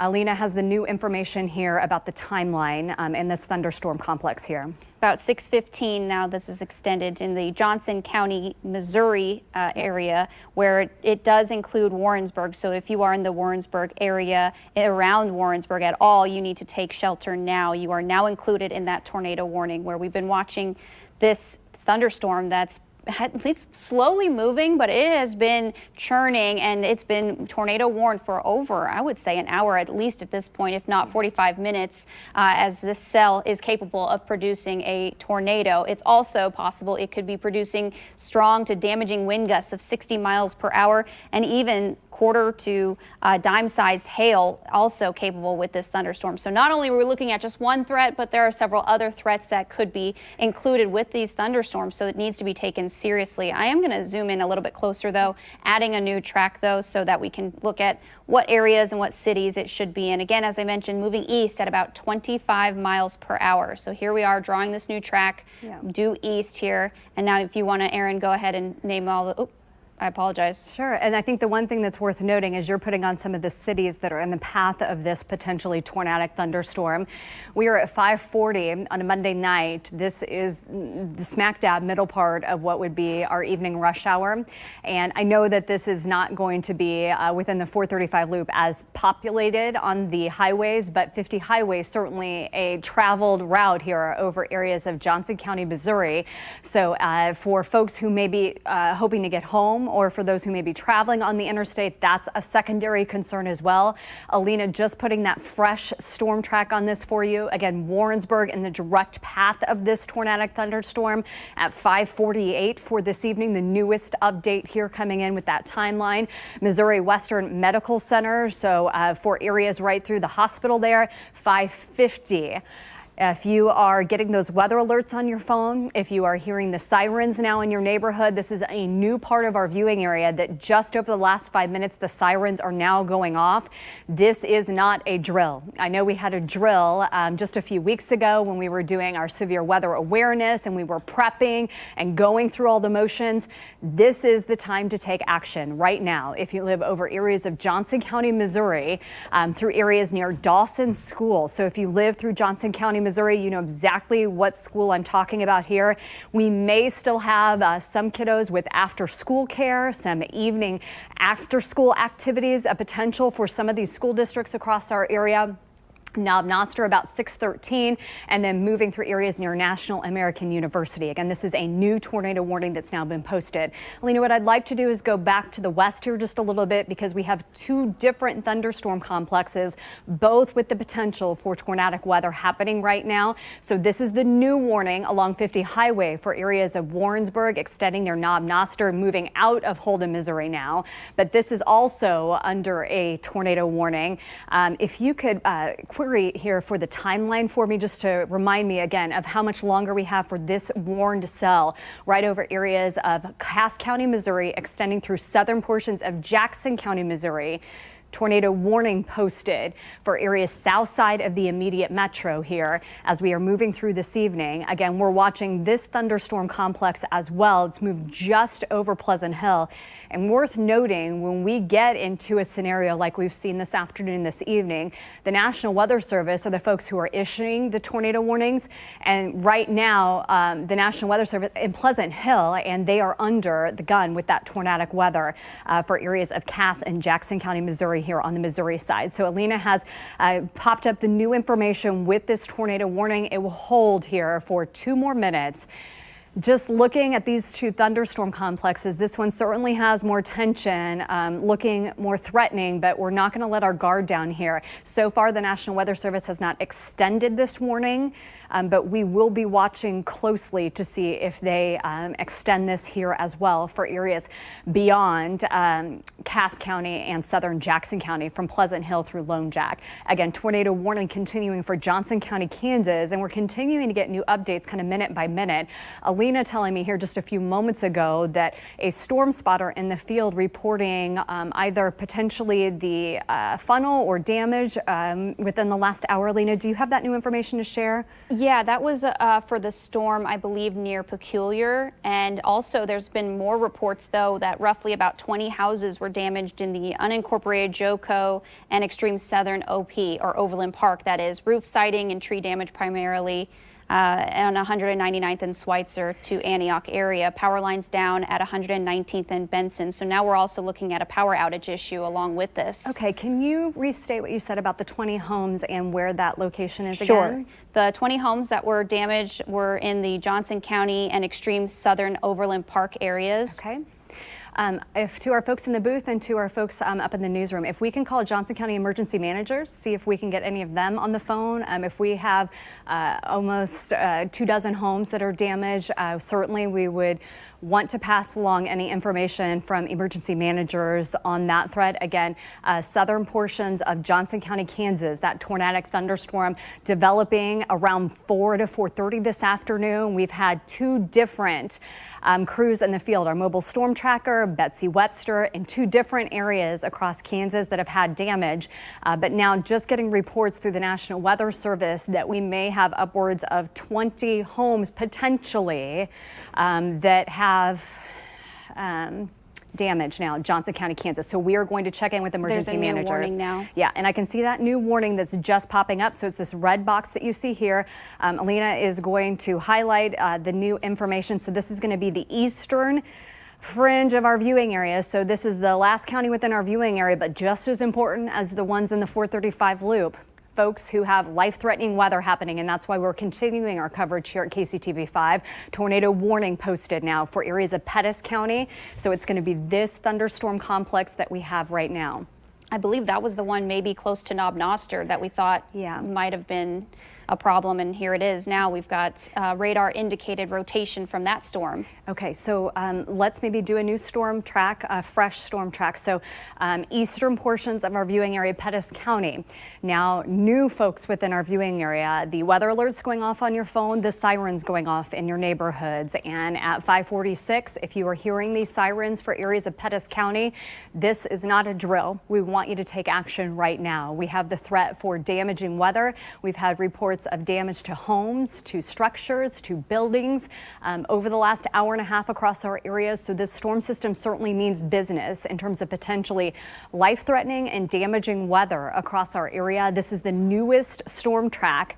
Again, new tornado warning now just posted for areas of Pettis County. This is going to be on the Missouri side of the state line. I'm going to go through some of these cities, and then we're going to go to this video and these pictures that you see here on the right-hand side of the screen. First things first, again, here's the new storm track with the cities involved. This is going to put it through Houstonia at 5:48, through areas near Prairie Lawn School at 6:20, through Cartwright School, Pettis County, Missouri, again, 6:24. It's going to put it through Blackwater about 6:50, through areas extending through Chateau Springs. I'm hoping I'm pronouncing that correctly. If I'm not, my apologies. But again, new tornado warning now posted for areas of Pettis County. Alina, if we could zoom this out just to show folks that we have 3 different complexes. We did have 3 different complexes. Here's a little bit of good news. This one now, where we had the tornado warning for Pleasant Hill, has been allowed to expire, and they have not extended that. That is a moment where we can catch our breath for areas of Pleasant Hill, but we certainly cannot catch our breath. 50 highway from areas of Johnson County, Kansas. So we have 2 distinct thunderstorms, both of them potentially producing tornadic weather right now. What we're going to try to do, if we can, to the folks in the booth, we can see this damage here. We have multiple crews in the field. So this is live video that you are seeing from our crews in the field right now. I believe this is going to be from where Abbey Dodge was. I believe. It is hard to tell from some of these structures and homes, but you can see they've already tarped up the roof. They certainly have seen wind damage. You can look here to the roof of that building, and we're going to check in here with some of our crews again with the latest updates on damage across our area. The other video of note, we had Michael on the phone just moments ago, so he shot this video that was recorded just about an hour ago. Not too far off from areas of Johnson County, Kansas here, right when this storm system started going, right when we started to have those tornado sirens going off over Johnson County, Kansas, about 4:15, 4:30 this afternoon. And you can see a well-defined funnel from his picture. He said that folks were immediately seeking shelter. It just kind of touched, really, he thought that it touched down quickly and then went right back up into the atmosphere. Those quick spin ups, although they may have the word quick, they do not have the word that would make you feel any more comfortable with what's happening across our area, given that we have seen multiple cities within our viewing area now with damage on the ground. The newest update here of live power Doppler. Let's kind of hone in here, Alina, if we can. I'd like to go one by one. We can go either which one you would like first, but let's look inside these thunderstorms again, because we've been watching not only what you typically expect with live power Doppler, the rainbow colors indicating the amount of rain, but then we can look inside these thunderstorms and look at our winds and if the winds are kind of turning in different directions. And it's certainly a potential that we have these winds that are kind of turning here just a little bit, not nearly as organized as this may have been here just about a half hour ago, but we want you to be in your safe shelter nonetheless for areas extending here from Houstonia through areas near Lamont here along 50 highway. This is where we want to have a lot of attention here for the moment, right over areas 50 highway, right over the campus here of Warrensburg. So if you live in the immediate metro, you have students or you have family and friends who live off to the east over the campus in Warrensburg. We hope that they are in their safe shelter right now, because where we have these green and red shading, it's the green and the red together. What it's telling us is one direction of the wind that's coming into the radar and the other direction is going away. And when those get so close together, that's an indication that we have winds turning in different directions in our atmosphere and the potential for tornadic weather. We certainly are still seeing those indications on live power Doppler right now.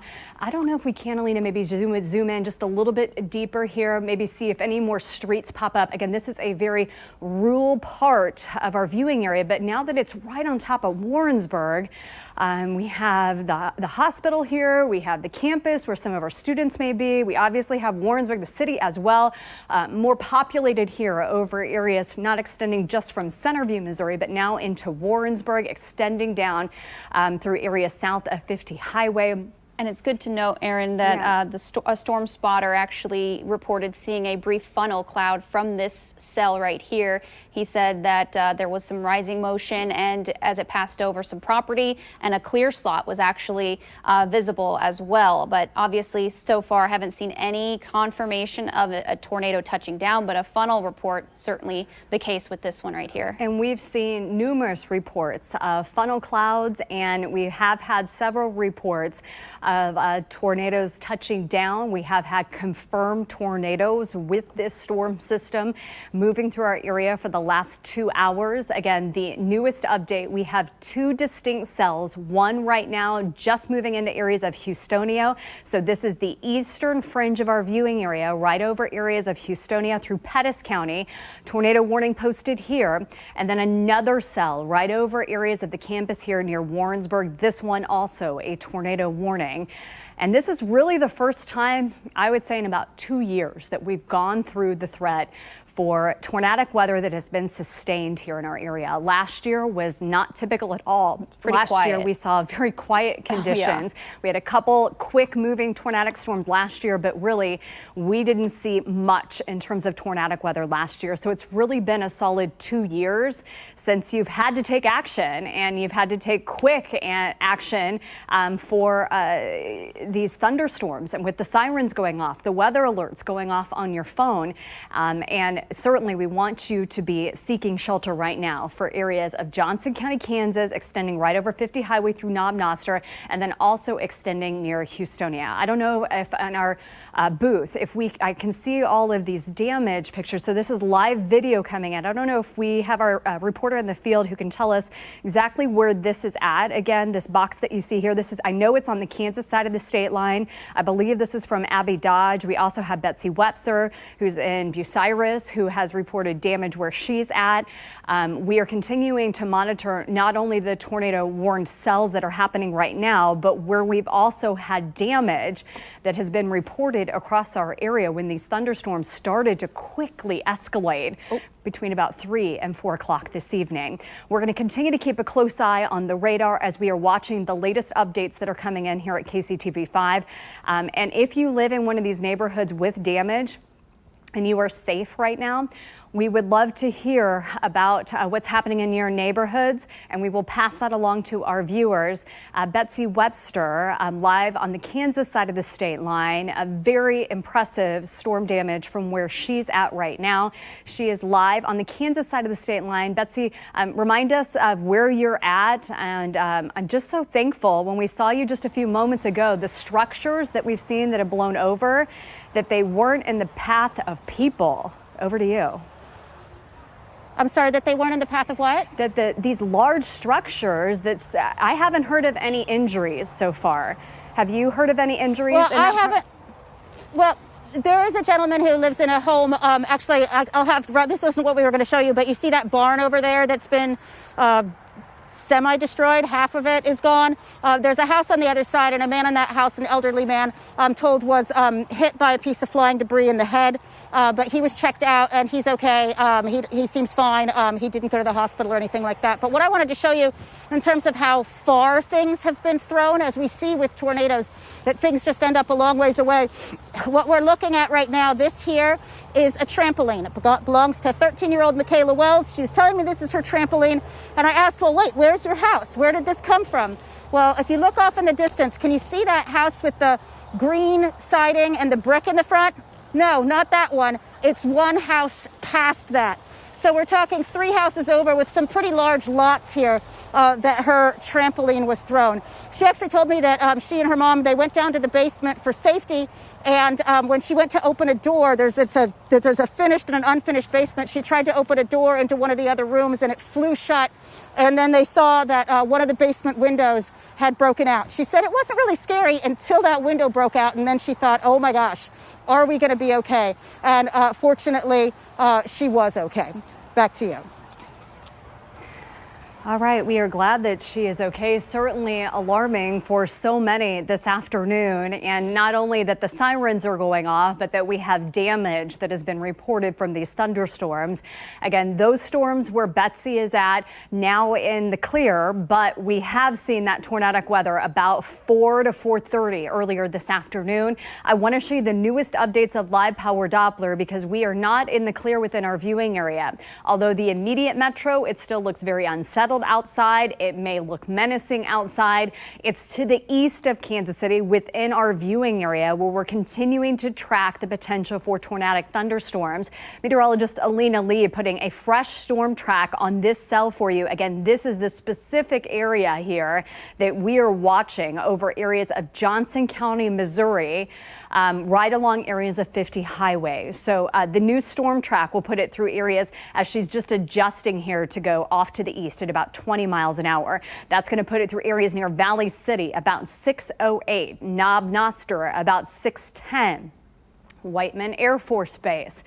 As we're moving towards about 6:12 this evening, we're going to continue with the storm track because this storm complex, I would say, Alina, it's been a solid hour now that we've continued with the tornado warning. So we're going to continue with these cities just to give you the earliest advanced warning of when these sirens will be going off in your neighborhoods, or they may already be going off for areas of Lamont, extending through the RL school. So if you live over areas of Johnson County, Kansas, you may know exactly what that means, extending through areas near Houstonia about 6:48 as this storm system has had a history of producing funnels. It has had a history of producing confirmed tornadoes over the last 2 hours across our area.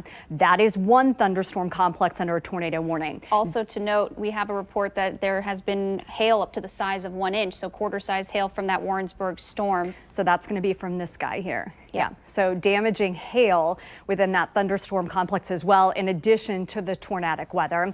Alina putting a new storm track on the secondary storm system. It all kind of looks like one thunderstorm complex, but within this complex, we have two distinct areas where we have concern for those quick spin-ups in our atmosphere and that potential for damage to property and damage to people. That's why we are on the air now as we're approaching the 6 o'clock hour here at KCTV 5. The newest storm track, again, tornado warning now for areas of Pettis County on the Missouri side of the state line. This is within our viewing area. We have folks who are watching us right now, and we want you to be in your safe shelter. Now is the time to take action. If you live over areas of Pettis County on the Missouri side, we have a fresh storm track on this secondary cell as well. So it's going to put it near areas of Hughesville about 6:02, and then extending through Hughesville School, through Cartwright School. So if you live over areas of Pettis County, you know exactly where I am talking about here for areas on the east side of our viewing area, extending through areas near, I'm trying to read this here, through Postal School. Postal School about 6:36, through Ridge Prairie about 6:41, through Blackwater just before 7 o'clock for this evening. And Live Power Doppler working very hard here for the last couple of hours. What you would typically expect to see with the radar, kind of these rainbow colors. This is the indication of where we're picking up the heavier rain. We're also picking up the potential for maybe some hail with some of these thunderstorms near Warrensburg, but we can also slice right through the middle of this thunderstorm complex and look at the winds inside of it. That's exactly what meteorologist Alina Lee is doing right now. It's what we call velocity, and it gives us an idea of where we may have winds that are quickly turning in direction. And yeah, I see both of them here. Alina, do you see this one here near Warrensburg? Absolutely. If you want to zoom in here, and maybe you can give folks a couple mile markers here. This is certainly one area of concern. Again, this is the velocity that Alina is keeping an eye on right over areas of 50 highway as we're zooming this in here. Give me just a moment. Yeah. I think that's as much as we can get from those roads, at least the paved roads. It's definitely a more rural part of our viewing area, but the point of concern, we have the university right now. So I know that there may be parents here in Kansas City right now with students on the east side of our viewing area at the campus in Warrensburg. I'm not completely sure, to be in all honesty here, if they are remote or if they are in school right now for the college students here over the campus at Warrensburg. But regardless, Yeah, where we have these winds, where we have the red and the green, those are winds that are moving in different direction. One wind moving toward the radar and the other one moving away. And it's that spin in our atmosphere. And it's when we watch to see where we have the very vibrant red right next to the green, which is exactly what we have right now. Alina, I can't see this highway marker 13. right here. 13. So this is going to be right down Highway 13 here. So just over areas of Warrensburg, Missouri right now, and then extending over areas of 13 Highway, right over 50 Highway. I'm going to move to the other side here just to give you, and you can see that new update just coming in on Live Power Doppler. So from Bristol Ridge right through areas extending here along 50 Highway, it's this distinct area. It's just sitting. I know right these now. storms have been moving only between 15 to 25 miles per hour, so they are not really zipping on through like a typical thunderstorm that we've usually tracked around this time of year. But that's why that we've seen, you know, these warnings get extended. I mean, we've been talking for almost 2 hours now about these several different warnings, and here we are, 6 o'clock almost, or 6:02. 6 o'clock. So this is going to be our second hour of continuous coverage because we do have tornado warnings and sirens going on right now on the east side of our viewing area. We are going to stay on until the life-threatening weather ends across our viewing area. Two different distinct thunderstorm complexes with tornado warnings right now, one over areas of Johnson County, Kansas, the secondary one to the east. So this is going to be the last county within our viewing area, but just as important for you folks who live in Pettis County as the folks who live in the immediate metro, right over areas of Pettis County from Houstonia down extending here. You can see this complex moving its way right now from west to east across our area. We've had multiple crews in the field monitoring not only the storm development moving across our area, tracking the potential for tornadic weather, but multiple crews in the field now reporting damage on the Kansas side of the state line. I am a little concerned because the storms are still moving through the Missouri side of our viewing area south of I-70 that we may get additional damage reports now that these storms are moving through. But we're going to continue to monitor the very latest with those conditions. This is a live picture from one of our crews in the field. You can certainly see the damage to structures and to buildings. This is video that was just taken shortly, just not even within the last 2 hours here across our area. This looks like it's from a camera over somebody's doorstep. And you can certainly see that spin up. And that's what we've been watching. That's the concerning part is although these thunderstorms with the spin ups have been quick, they've been robust and they've been urgent with the threat for damaging weather to people and to property across our viewing area on the east side. And this is the same complex that I was monitoring this morning on KCTV5. And we knew that we had the potential, if we could snag this instability, of seeing this threat for damaging thunderstorms. And unfortunately, that's exactly how things have played out here over the last couple of hours. Again, two distinct thunderstorm complexes right now, both with tornado warnings on the east side of town. Alina, if we can zoom out just a little bit, maybe look at our viewing area as a whole, just to kind of see what's going on over the immediate metro as well. So where we have this green circle here, this is where we were watching out for thunderstorm to develop. This is exactly where the thunderstorms developed. I want to tell you right over the immediate metro, the skies may certainly look threatening over the 435 loop. We have rain that's falling over the 435 loop, but we are not watching right now. It looks like the threat for severe weather for the immediate metro, at least for the moment, has kind of calmed.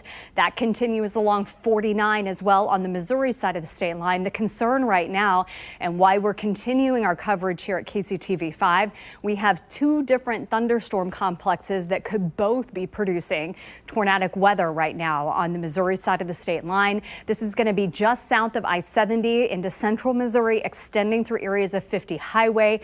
Both of these thunderstorms are within our viewing area, so the folks who live on the east side of town, they need the life-saving information just as much as we would here across the 435 loop. Let's do a new storm track on this one for me here, Alina, if you can, right over areas of 50 Highway. And again, although these are certainly going to be more rural areas with this storm system moving areas of Johnson County, Kansas, the concern is that this is moving right over still populated areas where people live and also where we have the campus right now on the east side of our viewing area. Alina putting in that new storm track for us. So These are the new updated cities for areas of Johnson County, Kansas. Again, tornado warning continuing for our area.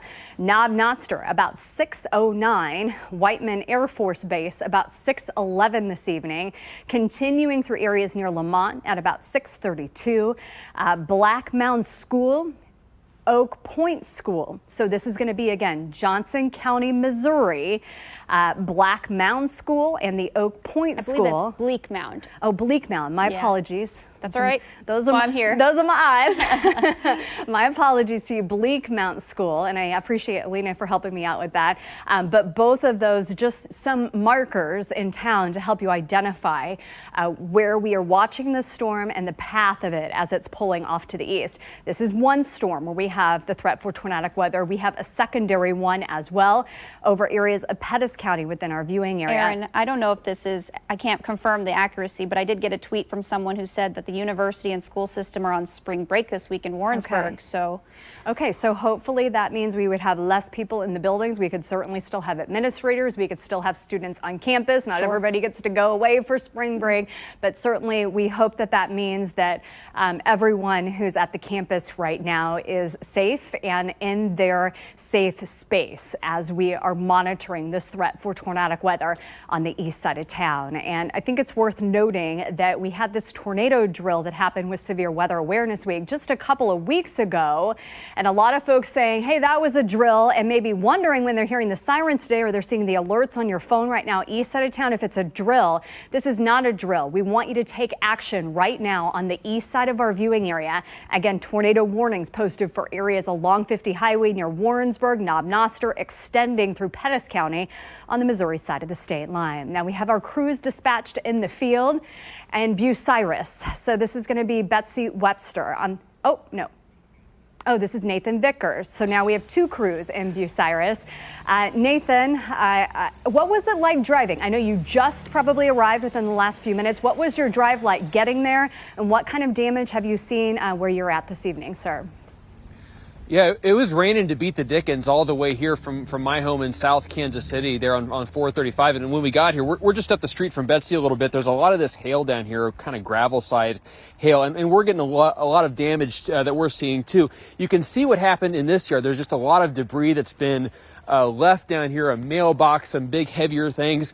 And then up here you see the roof of this home has some damage to it as well. There's a lot of damage to roofs on the street all up and down. But I want you to look over here by the door of this house.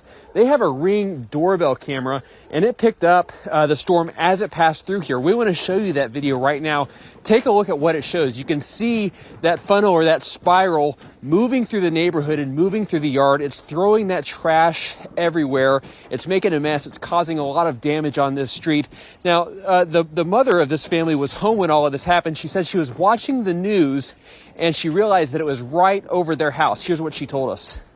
I could see the circle on the radar of the local meteorologist saying it's basically what I thought was over my house. And I started hearing what sounded like large hail, heavy wind. At that point, probably wasn't as cool as a cucumber as I would have liked to have been in front of my little guys. But then I could hear the roar and I knew that we were in the path for sure at that point. Well, I might have not been as cool as a cucumber either at that point, but everyone on this street is safe so far. We haven't heard about any injuries, just quite a bit of damage to some roofs and some fences and some smaller structures along this 193rd Terrace where it goes up to Antioch. Reporting live, Nathan Vickers, KCTV 5 News. All right, Nathan, we appreciate your reports greatly. Those thunderstorms producing that damage happening right around 4 to 5 o'clock this afternoon on the Kansas side of the state line. Now all of our eyes are on the Missouri side, Johnson County, Missouri, as we're continuing to monitor two different thunderstorms, both of them on the east side of our viewing area, Missouri side, where we have the threat for tornadic weather. My attention drawn to both of these. Alina, if we could start with with Houstonia here. So this is going to be areas of Pettis County on the Missouri side of our viewing area. Although this is a solid 100 plus miles away from the 435 loop and from the immediate metro, Houstonia within our viewing area. And if you are hearing those sirens right now over areas of Pettis County, Missouri, we want you to seek shelter now, to stay away from those exterior walls and windows. We have seen damage from these thunderstorms the last couple of hours across our area. Team coverage meteorologist Alina Lee just kind of adjusting the radar for you here. Here is Houstonia extending right down through highway. Does that say D? K and D, yes. K and D, highway K and D with this thunderstorm complex. Now, what you're looking at with live power Doppler, this is what we call reflectivity. So this is the amount of rain and potentially giving us an indicator of where we may have some hail falling as well. But we can look inside these thunderstorms, and actually this little guy right here, I can tell by just the way that the radar looks, a little concerning here. And yes, the colors that you see with the yellow, the red, and the orange, that's an indicator of the heavier rain, the potential for hail with these thunderstorms. But now Alina is using our scope, and this kind of cuts right in the middle of the thunderstorm to show us where the winds might be turning in different directions. Again, this is on the Missouri side of the state line for areas extending here very close to Knob Noster. So what we're doing here, we're just putting some street names on this for you. I know this is pretty rural within our viewing area, but we have homes and property, people, most importantly, within this part of our viewing area. If you don't mind, Alina, again, just kind of honing in just a little bit so we can pull up some of those city names again. What the concern is, Alina and I know exactly what we're looking at. Let me describe it to you. The green and the red, the winds that are turning in different directions. And the concern is when we get the red and the green right next to each other, that's the turning potential winds within this thunderstorm complex. So for areas right along County Road DD, and this is extending here right along County Road DD and right through areas. That's 23 highway. On 23 highway here. Thank you, Alina, on the Missouri side of the state line. And these have been quick spin up. So it's not the tornado that has been confirmed and stayed on the ground for the last 2 hours. It's the threat for the funnel cloud that then reaches the ground, produces damage very quickly and rapidly, and then lifts back up into the atmosphere. And that's what we're concerned with both of these thunderstorm complexes. So this is one here near Houstonia for areas of Pettis County on the Missouri side of the state line.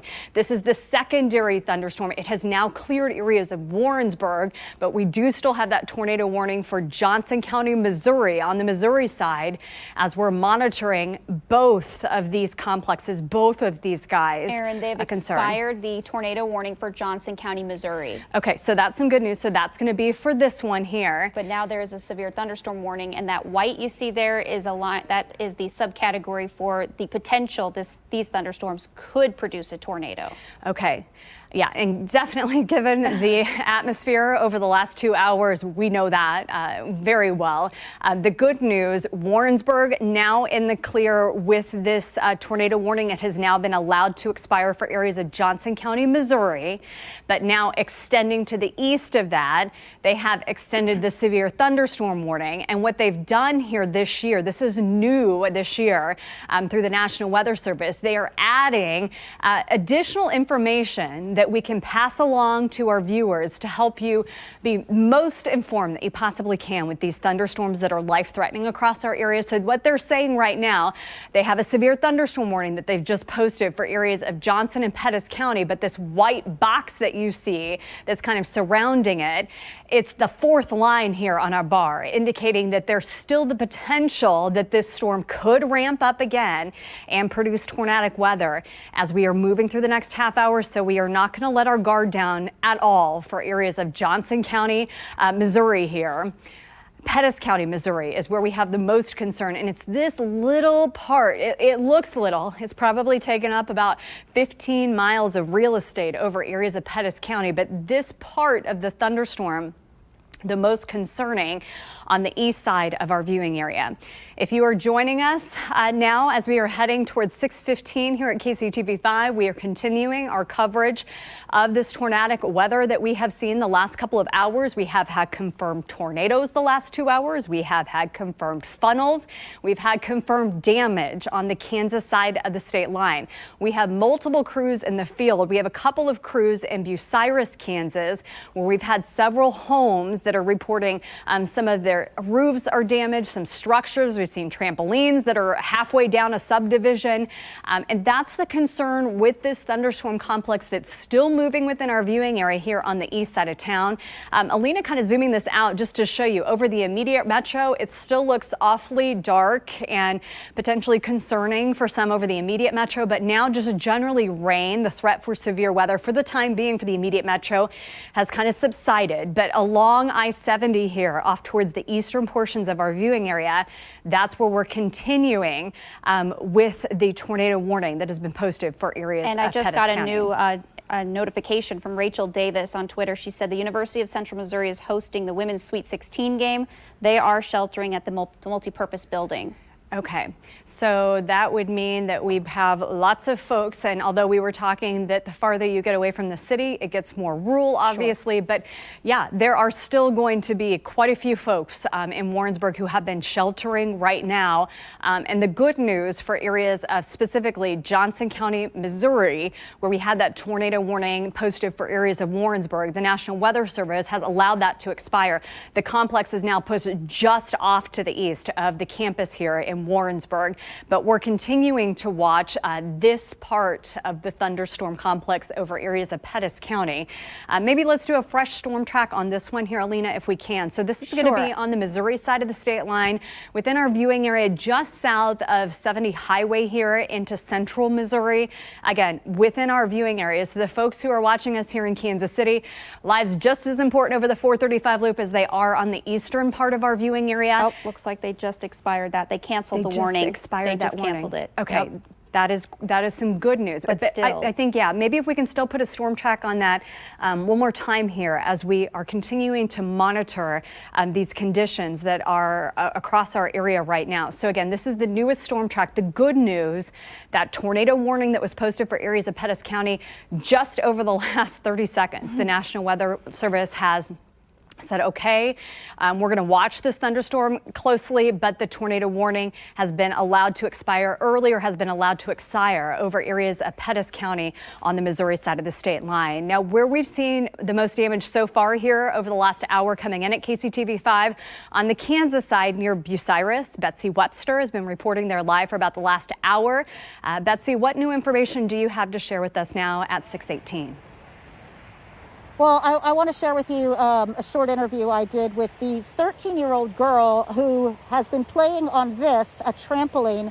She was telling me that this trampoline was thrown all the way from her house. And I said, how far away? Was it this house? She said, no further. This house, no further. You see that greenhouse down there? She's actually in the tan house beyond that. So that is how far this trampoline was thrown. She was in the basement with her mom when the tornado hit. I spoke to her about that. Here's what she had to say.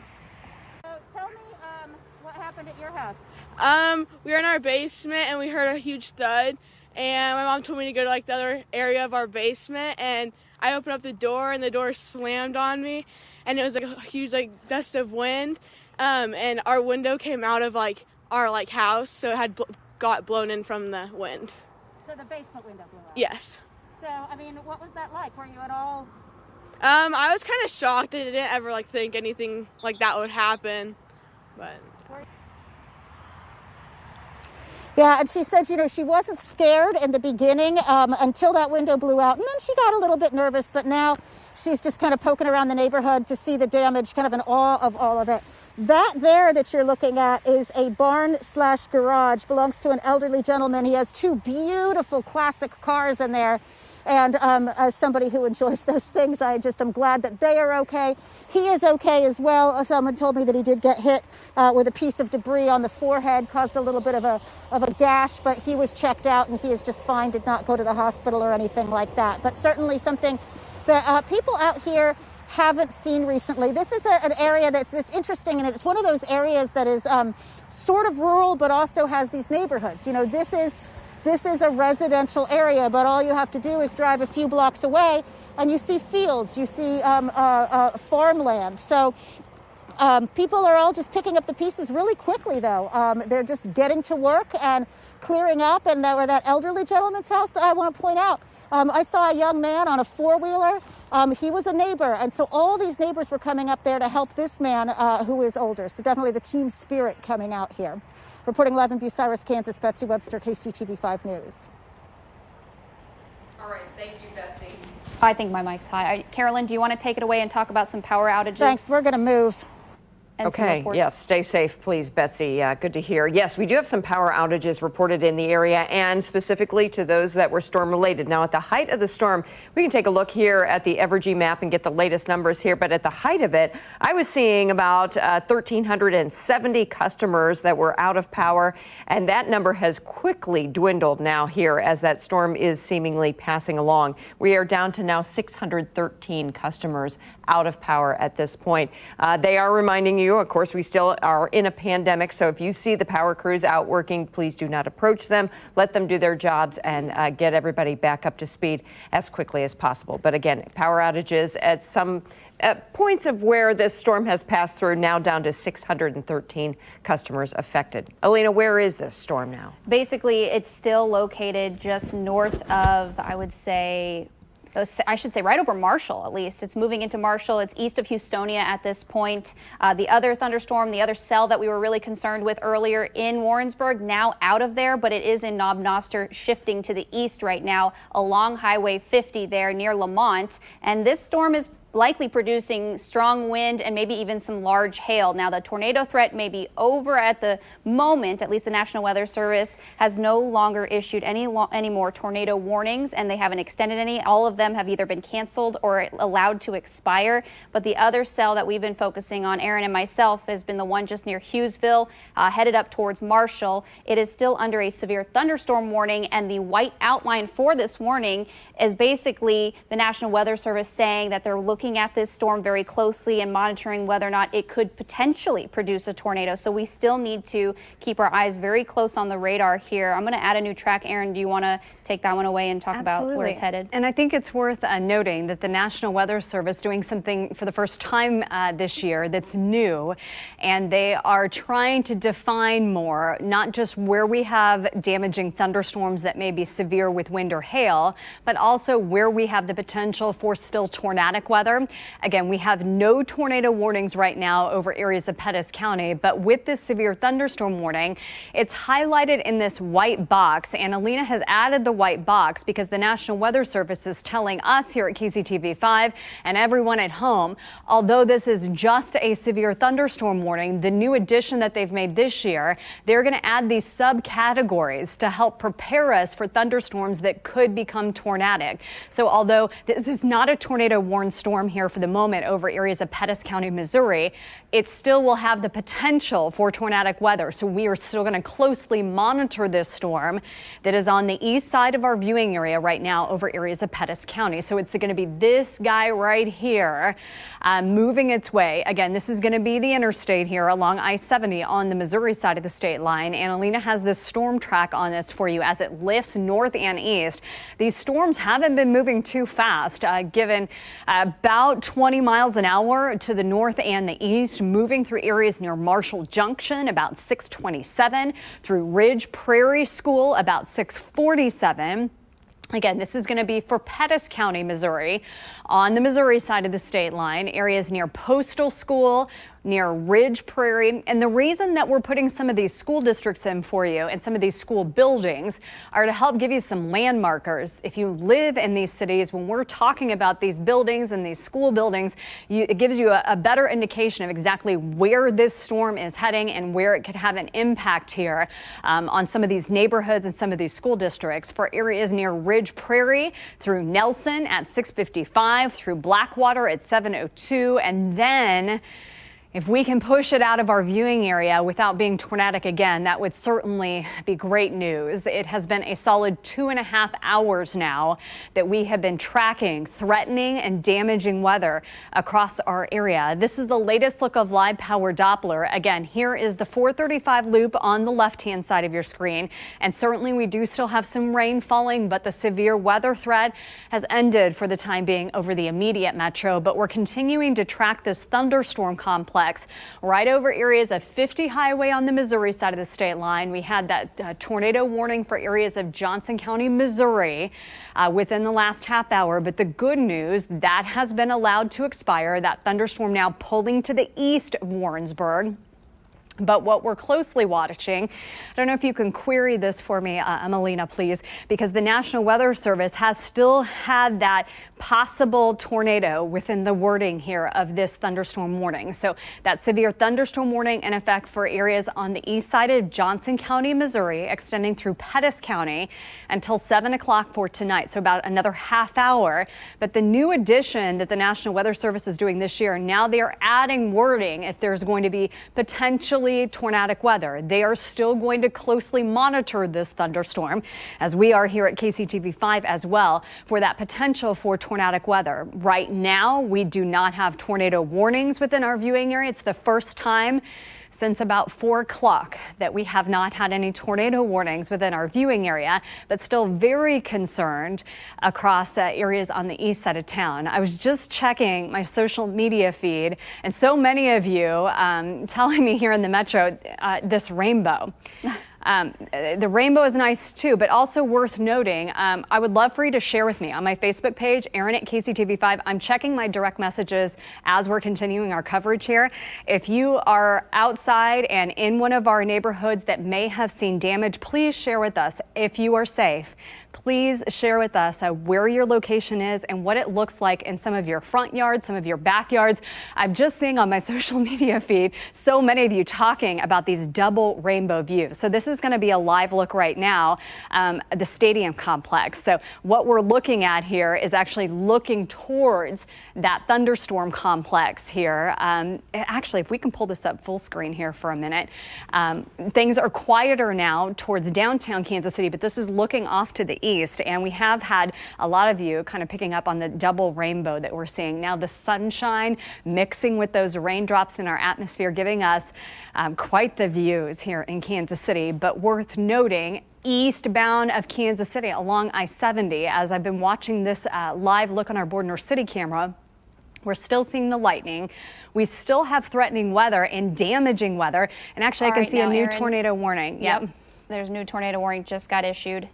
Here we go. This is exactly why we're still on the air. This is exactly why the National Weather Service has added that new feature where they're going to highlight where we're still under the threat for tornadic weather. So, Alina, if you could share with us the new information that you're seeing from the Weather Service. Yeah, so far this is just radar indicated again. Haven't seen any confirmed reports of any tornado on the ground with this new warning. It does include the city of Lamont and along I-50 highway, that is, and this is in effect until 7 o'clock this evening. It was just located over Lamont, as I mentioned, or near Whiteman Air Force Base. This one actually moving east at about 30 miles per hour. So I will add a new track to this one because, again, like we were talking about, this could still spin up another tornado or potentially bring, you know, that tornadic weather to the east. So here's this latest track. Yep. So the sirens now going off again for areas of Pettis County within our viewing area on the east side along I-70 closer to central Missouri, but this is still within our viewing area. Just had people message me here last week who live in Sedalia and said, you folks at KCTV5 are our only means of getting weather information. So that is why we are on the air. Although this is not impacting the 435 loop, we now have a new tornado warning here within our viewing area on the east side through areas of Pettis County. Alina has just posted the newest update of our storm track as we are watching this storm system moving at about 20 miles an hour. So that's going to put it through Prairie Hill Church at 6:32. It's going to put it through Walnut Grove School about 6:39, through areas near Hughesville about 6:43, Georgetown about 6:50 this evening, and then extending through areas near Sedalia right over the fairgrounds as we're moving towards 7 o'clock this evening. And we will continue to keep a very close eye on this tornado warning because we've had a history with this complex of these quick spin ups. And although they have been very quick, this has not been a long lasting tornado on the ground. These quick touchdowns have produced damage to several structures across our area. We're continuing to get new information minute by minute here at KCTV5. So far, I have not heard of any reports of injuries. We are going to continue to monitor that. I hope it stays that way as we're moving through this evening. But again, this is what we're watching very closely for areas of Pettis County, Missouri. A new tornado warning now posted until 7 o'clock this evening. So this is going to run for the next half hour along areas of 50 highway here. So this is going to be just off to the east of Knob Noster. What we're doing now, we're looking inside this thunderstorm complex at our wind speeds and our wind direction. And as we're looking at live power Doppler, what it's telling us, we have winds that are moving in one direction with the green, and then we have another direction of winds in the opposite direction with the red. And it's when you get these red and green boxes that get close together, and then when they get more vibrant with the green and more vibrant with the red, like they are right now over Lamont, that's where we have concern that we may have not only a funnel, we may have potentially tornadic weather that is doing damage right now in Lamont, Missouri. So if you are hearing the sirens in Pettis County, if you are seeing on your phones, if they are going off with the weather alerts, we want you to take action right now. A tornado warning, this is new just over the last 2 minutes, has now been reissued for areas of Pettis County on the Missouri side of the state line, right along areas of 50 highway. This is the same complex that moved over areas of Warrensburg and the campus there about 40 minutes ago. And now, again, right over areas of Lamont, you are hearing those sirens going off again. And we want you to go and take action now to your safe place, your seek shelter. If it's the lowest level of your home, if you don't have a basement, go to the most interior part of your home or the building that you're in. Stay away from those exterior walls and windows.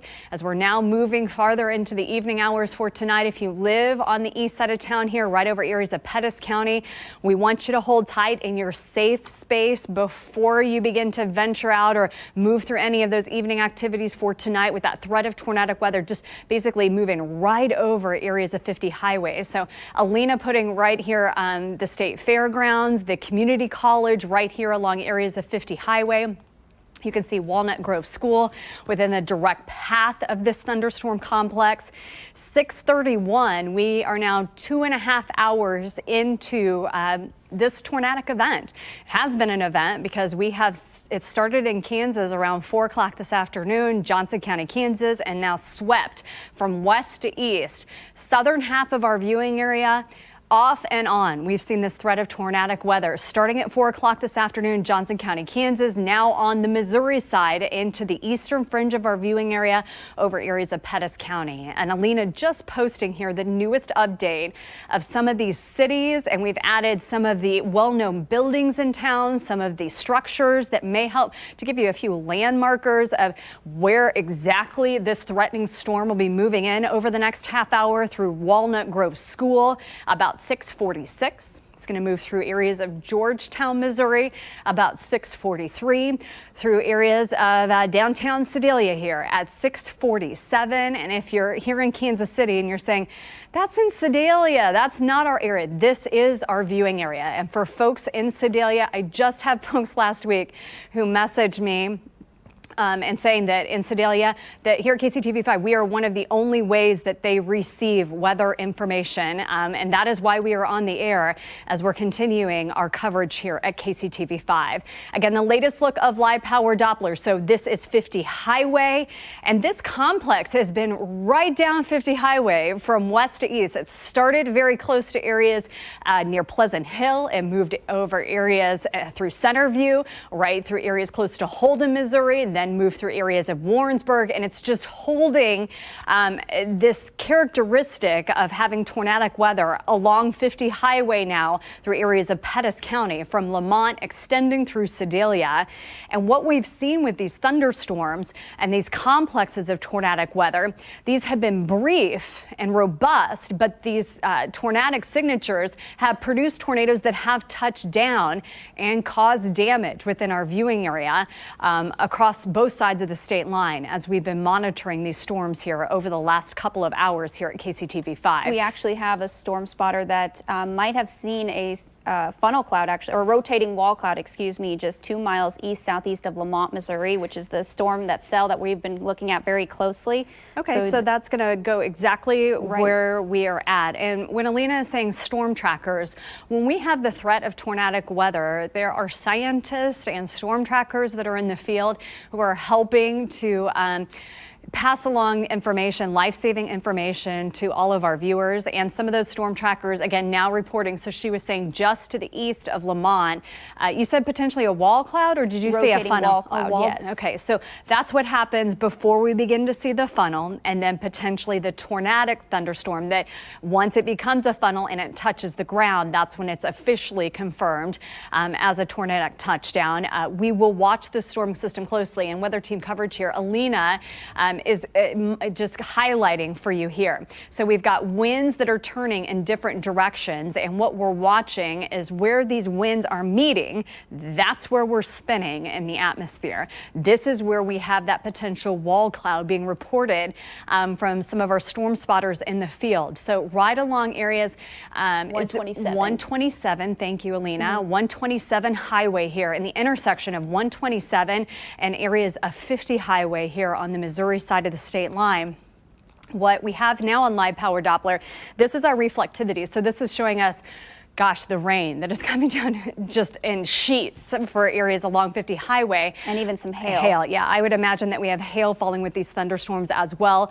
We've certainly seen that with these complexes here over the last couple of hours. And again, we have a storm spotter that is reporting just off to the east, so right on top of 50 highway, potentially a wall cloud and a tornado warning that is going to continue here for about the next 15 to 20 minutes for areas of Pettis County, Missouri. Again, this is east of Kansas City. Alina, if we can zoom this out just to kind of do a big picture again for all of our viewing area, this is the last of this threat for severe weather and the last of the threat for tornadic weather that we are going to see here well, I shouldn't say the last, because we have another little guy here that I can see trying to get going again, but this is the tail end of this storm system. If you live right over areas of the 435 loop, and for most of our viewing area, we're actually starting to see some clearing on the west side of town right now. I can see some of that clearing on our Bordner City cameras, but certainly looking unsettled when you look off to the east of Kansas City across our area right now. And again, this is the complex that we're watching, although it is a solid 100 miles or more to the east of the 435 loop. This is still within our viewing area. Still folks who live on the east side of our viewing area that are just as important as anybody here in the immediate metro. And that is why we are continuing our coverage here with this tornado warning and the potential tornadic weather for areas extending through Hughesville and just generally through Sedalia as well here through areas of Pettis County on the Missouri side of the state line. Now, we have seen damage with these thunderstorms this evening. We've been checking in with multiple crews. So we've had Betsy Webster, we've had Nathan Vickers, we've also had Abby Dodge, all of them in the field, all of them giving us reports over the last hour. Most of them have been on the Kansas side of the state line where we have seen damage. And we're going to continue to monitor where we may be getting new reports now that these storms have moved through and people are beginning to go outside now that the storms are clearing these areas on the Missouri side and assessing some of the potential damage on the Missouri side of the state line as well. Again, the newest update of live power Doppler at 6:37 this evening, tornado warning continuing for areas of Pettis County. And this has really been the first go that we've seen in terms of tornadic weather that has been long lasting across our viewing area for more than an hour or two. We really didn't have much of a tornadic season last year for 2020. Thank goodness, because we didn't need anything else on our plate last year. But this is the first time really in about 2 years that we've had consistent warning after warning after warning of threatening and tornadic weather across our area. The first time in 2 years that we've asked you, not only with the sirens going off, but to take action with this threat of both people and property in danger across our area as we're moving through your Monday evening. To our folks in the booth, do we have any new updates from our crews in the field? Carolyn, do you have any new updates about power outages? I know we've got our hands and our eyes on everything that's happening, the new updates here at KCTV5 as we're monitoring those as well. So we're continuing to keep an eye on the newest update here of live power Doppler. Again, this tornado warning for areas of Pettis County until 7 o'clock this evening. If you are hearing those sirens, if your weather alert is going off on your phone, now is the time where we want you to take action and be in your safe space, whether it's the lowest level of your home, if you don't have a basement, the most interior part of the building that you may be in, away from those exterior walls and windows until this storm passes here on the Missouri side of the state line. Alina, can we look and just see, because I just want to make sure that this is the last storm. Off to the west of this, if this guy was doing anything south of Warrensburg. Let me loop it and see. It doesn't look like much, and if it's going over already stabilized atmosphere, I can't anticipate it really doing much after that. Well, we're going to keep an eye. This is the end of our thunderstorm complex moving through areas on the Missouri side of the state line. Again, tornado warning in effect for right now for areas of Pettis County, Missouri. Now, Abby Dodge has been live this evening on the Kansas side of the state line with damage reported there. This would be from the tornadic storm that happened about 4 o'clock this afternoon. Abby, remind folks where you are at, and then show us what you're seeing in terms of damage right now. Aaron, we are live in Bucyrus, Kansas. We're right at the corner of 193rd and Antioch here. And as you can see, the sun is finally starting to peek through. We are on the other side of things over here in Bucyrus. Families have started making piles of debris and wood and tree limbs that they are picking up in their neighborhood. Up in this tree, you can see pieces of roofing fiberglass up in the tree just stuck to it. Over here, the family basketball goal here, there's every single panel is completely knocked out. They've taken their brooms on this driveway here and scooped up everything. Everyone that you see out here, this isn't their house. This is neighbors helping neighbors. They're all coming together. The woman who lives here says that her family is all in Florida right now. She was the only one home, and she could feel the house shaking as the tornado came through. So you can see they've got some tarps up on the roof. She said she called her roofer 15 minutes after this all happened, and he was here super quick getting those tarps on the roof. And good thing too, because not too long ago there was a spurt of more rain that could have caused some more damage inside. So they're very thankful for all the help that they're getting out here. We had another neighbor tell us that someone found a chainsaw in their backyard that had flown from someone's garage. Ended up being someone who lived a couple of houses down from them. So when we're talking about, damage and movement here, that's how far things are going. I know Betsy talked about a trampoline earlier, so we're seeing the same story over and over again. Live in Bucyrus, Abby Dodge, KCTV5 News. And just an indication of how quickly the weather can change and how quickly we can go from having thunderstorms with gusty winds to having quick spin-ups in our atmosphere and those tornadoes touching down and causing damage very quickly in a short amount of time for some within our viewing area this afternoon and now extending into this evening. This is the newest update coming in now at 6:43 with live power Doppler as we're continuing to monitor and actually have they narrowed off this? Yeah. It looks like they've shrunken the warning in size, obviously, but it's still in effect till 7 o'clock, it looks like. Yep. So it still remains the same in terms of the tornado warning for areas of Pettis County. But what the National Weather Service is doing, instead of issuing a warning for a whole county where it may be just part of the county that is under the threat of tornadic weather, now what they're doing, so they initially had this bigger box over areas of Pettis County. This is the potential tornadic thunderstorm. Now they've been able to kind of narrow down this secondary box. So now we have shrunk the real estate of where we want you to seek shelter now. Lamont now in the clear, but if you live in Lamont, we still want you to be cautious because you could have trees down, you could have power lines down from the storm that just moved through.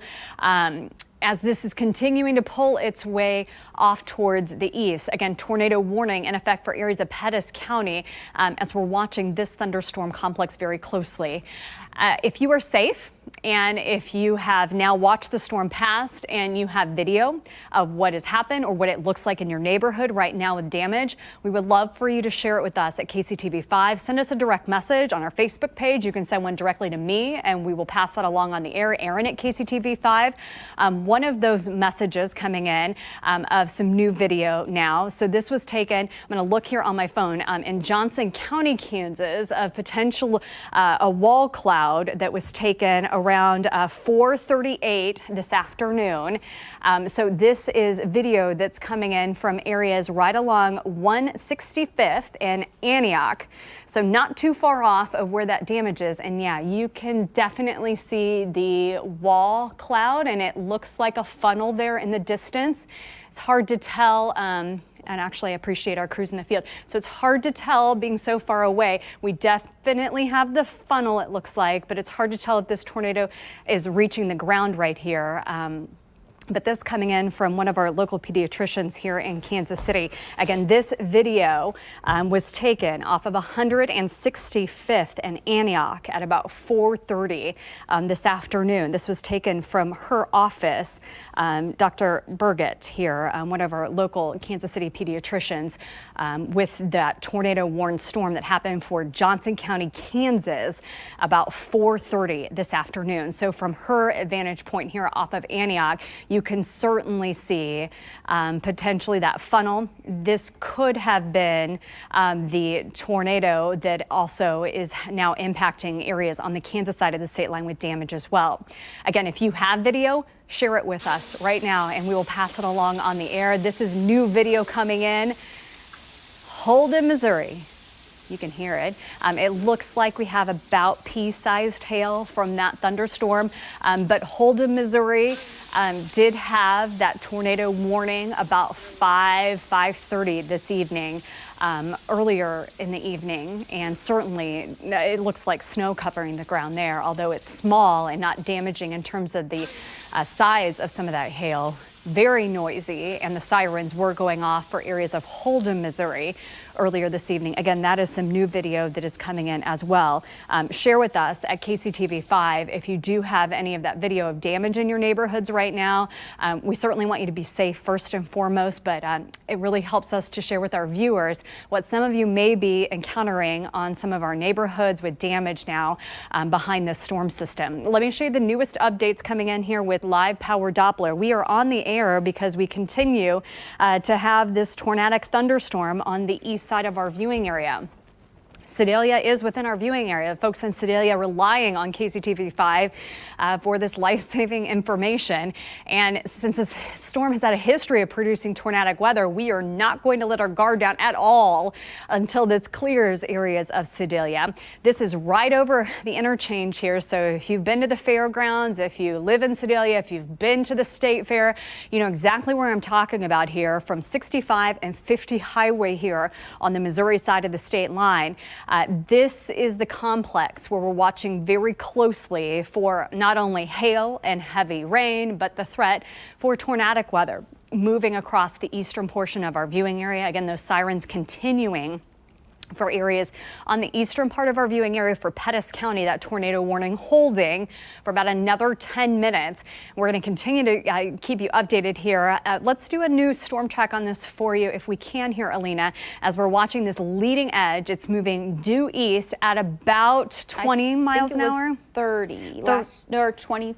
25 miles an hour. So in terms of tornadic thunderstorms and wind speeds and the speed of a movement, these are a little bit slower in terms of how they're progressing across our viewing area, moving at 20 to 25 miles an hour. And Alina putting the newest storm track on this for you, right over areas of Sedalia Regional at 6:51 this evening, Olive Branch Church. So the reason that we've added some of these buildings, some of our school buildings, some of these mile markers for you, not just to give you a general city name and to just give you a general city where we have the threat for tornadic weather, but also to give you some markers within your city so it can really kind of help you visualize exactly where we may have the most threatening part of these thunderstorms moving across some of these areas this evening. So for Olive Branch Church, if you live in Pettis County, you know exactly where this is. For areas through 65 and again extending here along 50 Highway on the Missouri side of the state line, for areas near Clifton City, near Otterville, and then extending through the Otterville School District, that potential for tornadic weather continuing here on the east side of our viewing area. Now, for the immediate metro, I don't know if we can take a live look right now off of the stadium complex, but what I've seen so many of you posting here in the immediate metro, the thunderstorms have moved out, the rain is moving out. We have this tornadic thunderstorm to the east of Kansas City, and this is our view right now from Kaufman and the stadium complex. We have clearing overhead. This extends across Kansas right now, but then as you're looking onto the Missouri side of the state line, so here's I-70 looking towards that tornadic thunderstorm. And what a view. So many of you sharing with us now these beautiful pictures of the rainbow with this. Again, this is the tornadic thunderstorm, producing quite the view here from Kansas City looking off to the east. Now, Betsy Webster has been live in the field on the Kansas side of the state line with damage reports from that thunderstorm earlier this afternoon, this evening. Betsy, what do you have that's new to share with us now? Well, you know, this is something I saw that I don't think I pointed out to you before. It was something that had me so perplexed I had to double check with the neighbors. But do you see that roof over there behind me? I asked a neighbor, I said, what did that roof belong to? He said, a shed. I said, was it always on the ground like that? Because, you know, sometimes things have decayed. And he said, no, it was a regular sized shed. And I said, well, what happened to the bottom of it? He said, I have no idea. So here it is, the roof intact, shaped like a triangle, but the rest of it gone. Now, I don't know where it went, but we've seen pieces of homes ending up in people's trees. Rob, if you could pan off to the left just a little bit, you can see that there's siding, debris in trees. So we really have no idea where the bottom of that shed went, but it probably went into various places. Another thing I want to show you and I want to discuss, because I did show you this earlier and I want to clarify. So earlier I pointed out these power poles that are currently being worked on right now. They're going to replace the power poles, these metal poles you see here. Now, a neighbor pointed out that they were sitting parallel to each other earlier today. And she said one of them was picked up and tossed so that it's now perpendicular. Well, I've since talked to another neighbor who said, you know what, they were parallel yesterday, but I also saw some people out here working on them today. So it is possible, I don't want to exaggerate, it is possible that they actually moved that pole to sit where it is sitting right now. I did not see any sort of denting or any sort of twisting to that metal. So it's possible that this was already like this, but certainly we're seeing a lot more things that are just kind of scattered in people's lawns. There's a tree house that's scattered across the way. Like I mentioned, a trampoline that went, probably an eighth of a mile. And I can tell you that what we're seeing now is we saw the fire department show up. They're going door to door, checking on damage, surveying the damage. And we are hearing what we hear after these tornadoes. We are starting to hear the sound of chainsaws as people begin to pick up the damage and make some order of it. Reporting live in Bucyrus, Kansas, Betsy Webster, KCTV 5 News. Wow, Betsy, could we see that building again? Because I think when we say quick spin up, you think, oh, quick spin up. But this is what a quick spin up can do. Wind gusts of 80 to 90 miles an hour. We'll have to wait and see. The National Weather Service will certainly be out in this part of Kansas to assess the damage tomorrow or even tonight, probably tomorrow. But when you say quick spin up, you can quickly get those winds that lift that lifts structures off of their foundation. You can certainly see some of that building or something from some building in that neighborhood in the trees there. And just always awe-inspiring to me, Betsy, what Mother Nature can do. And that's the reason that we've been on the air since 4 o'clock. We are thankful that right now no reports of people in that building rooftop. But just the damage, certainly it is out there, especially on the Kansas side of the state line over areas close to Bucyrus, where Betsy, where Nathan, and also where Abby Dodge is. So we're continuing our coverage. Now, the good news to share with you, Alina mentioning to me that the National Weather Service has allowed Pettis County the tornado warning. Are we holding this for another 5 minutes, or they've allowed it to expire? I think they're going to allow it to expire. That's why they've actually issued the severe thunderstorm warning. Okay. So that is some good news to share. We still have this very powerful thunderstorm right now over the fairgrounds, over areas of Sedalia.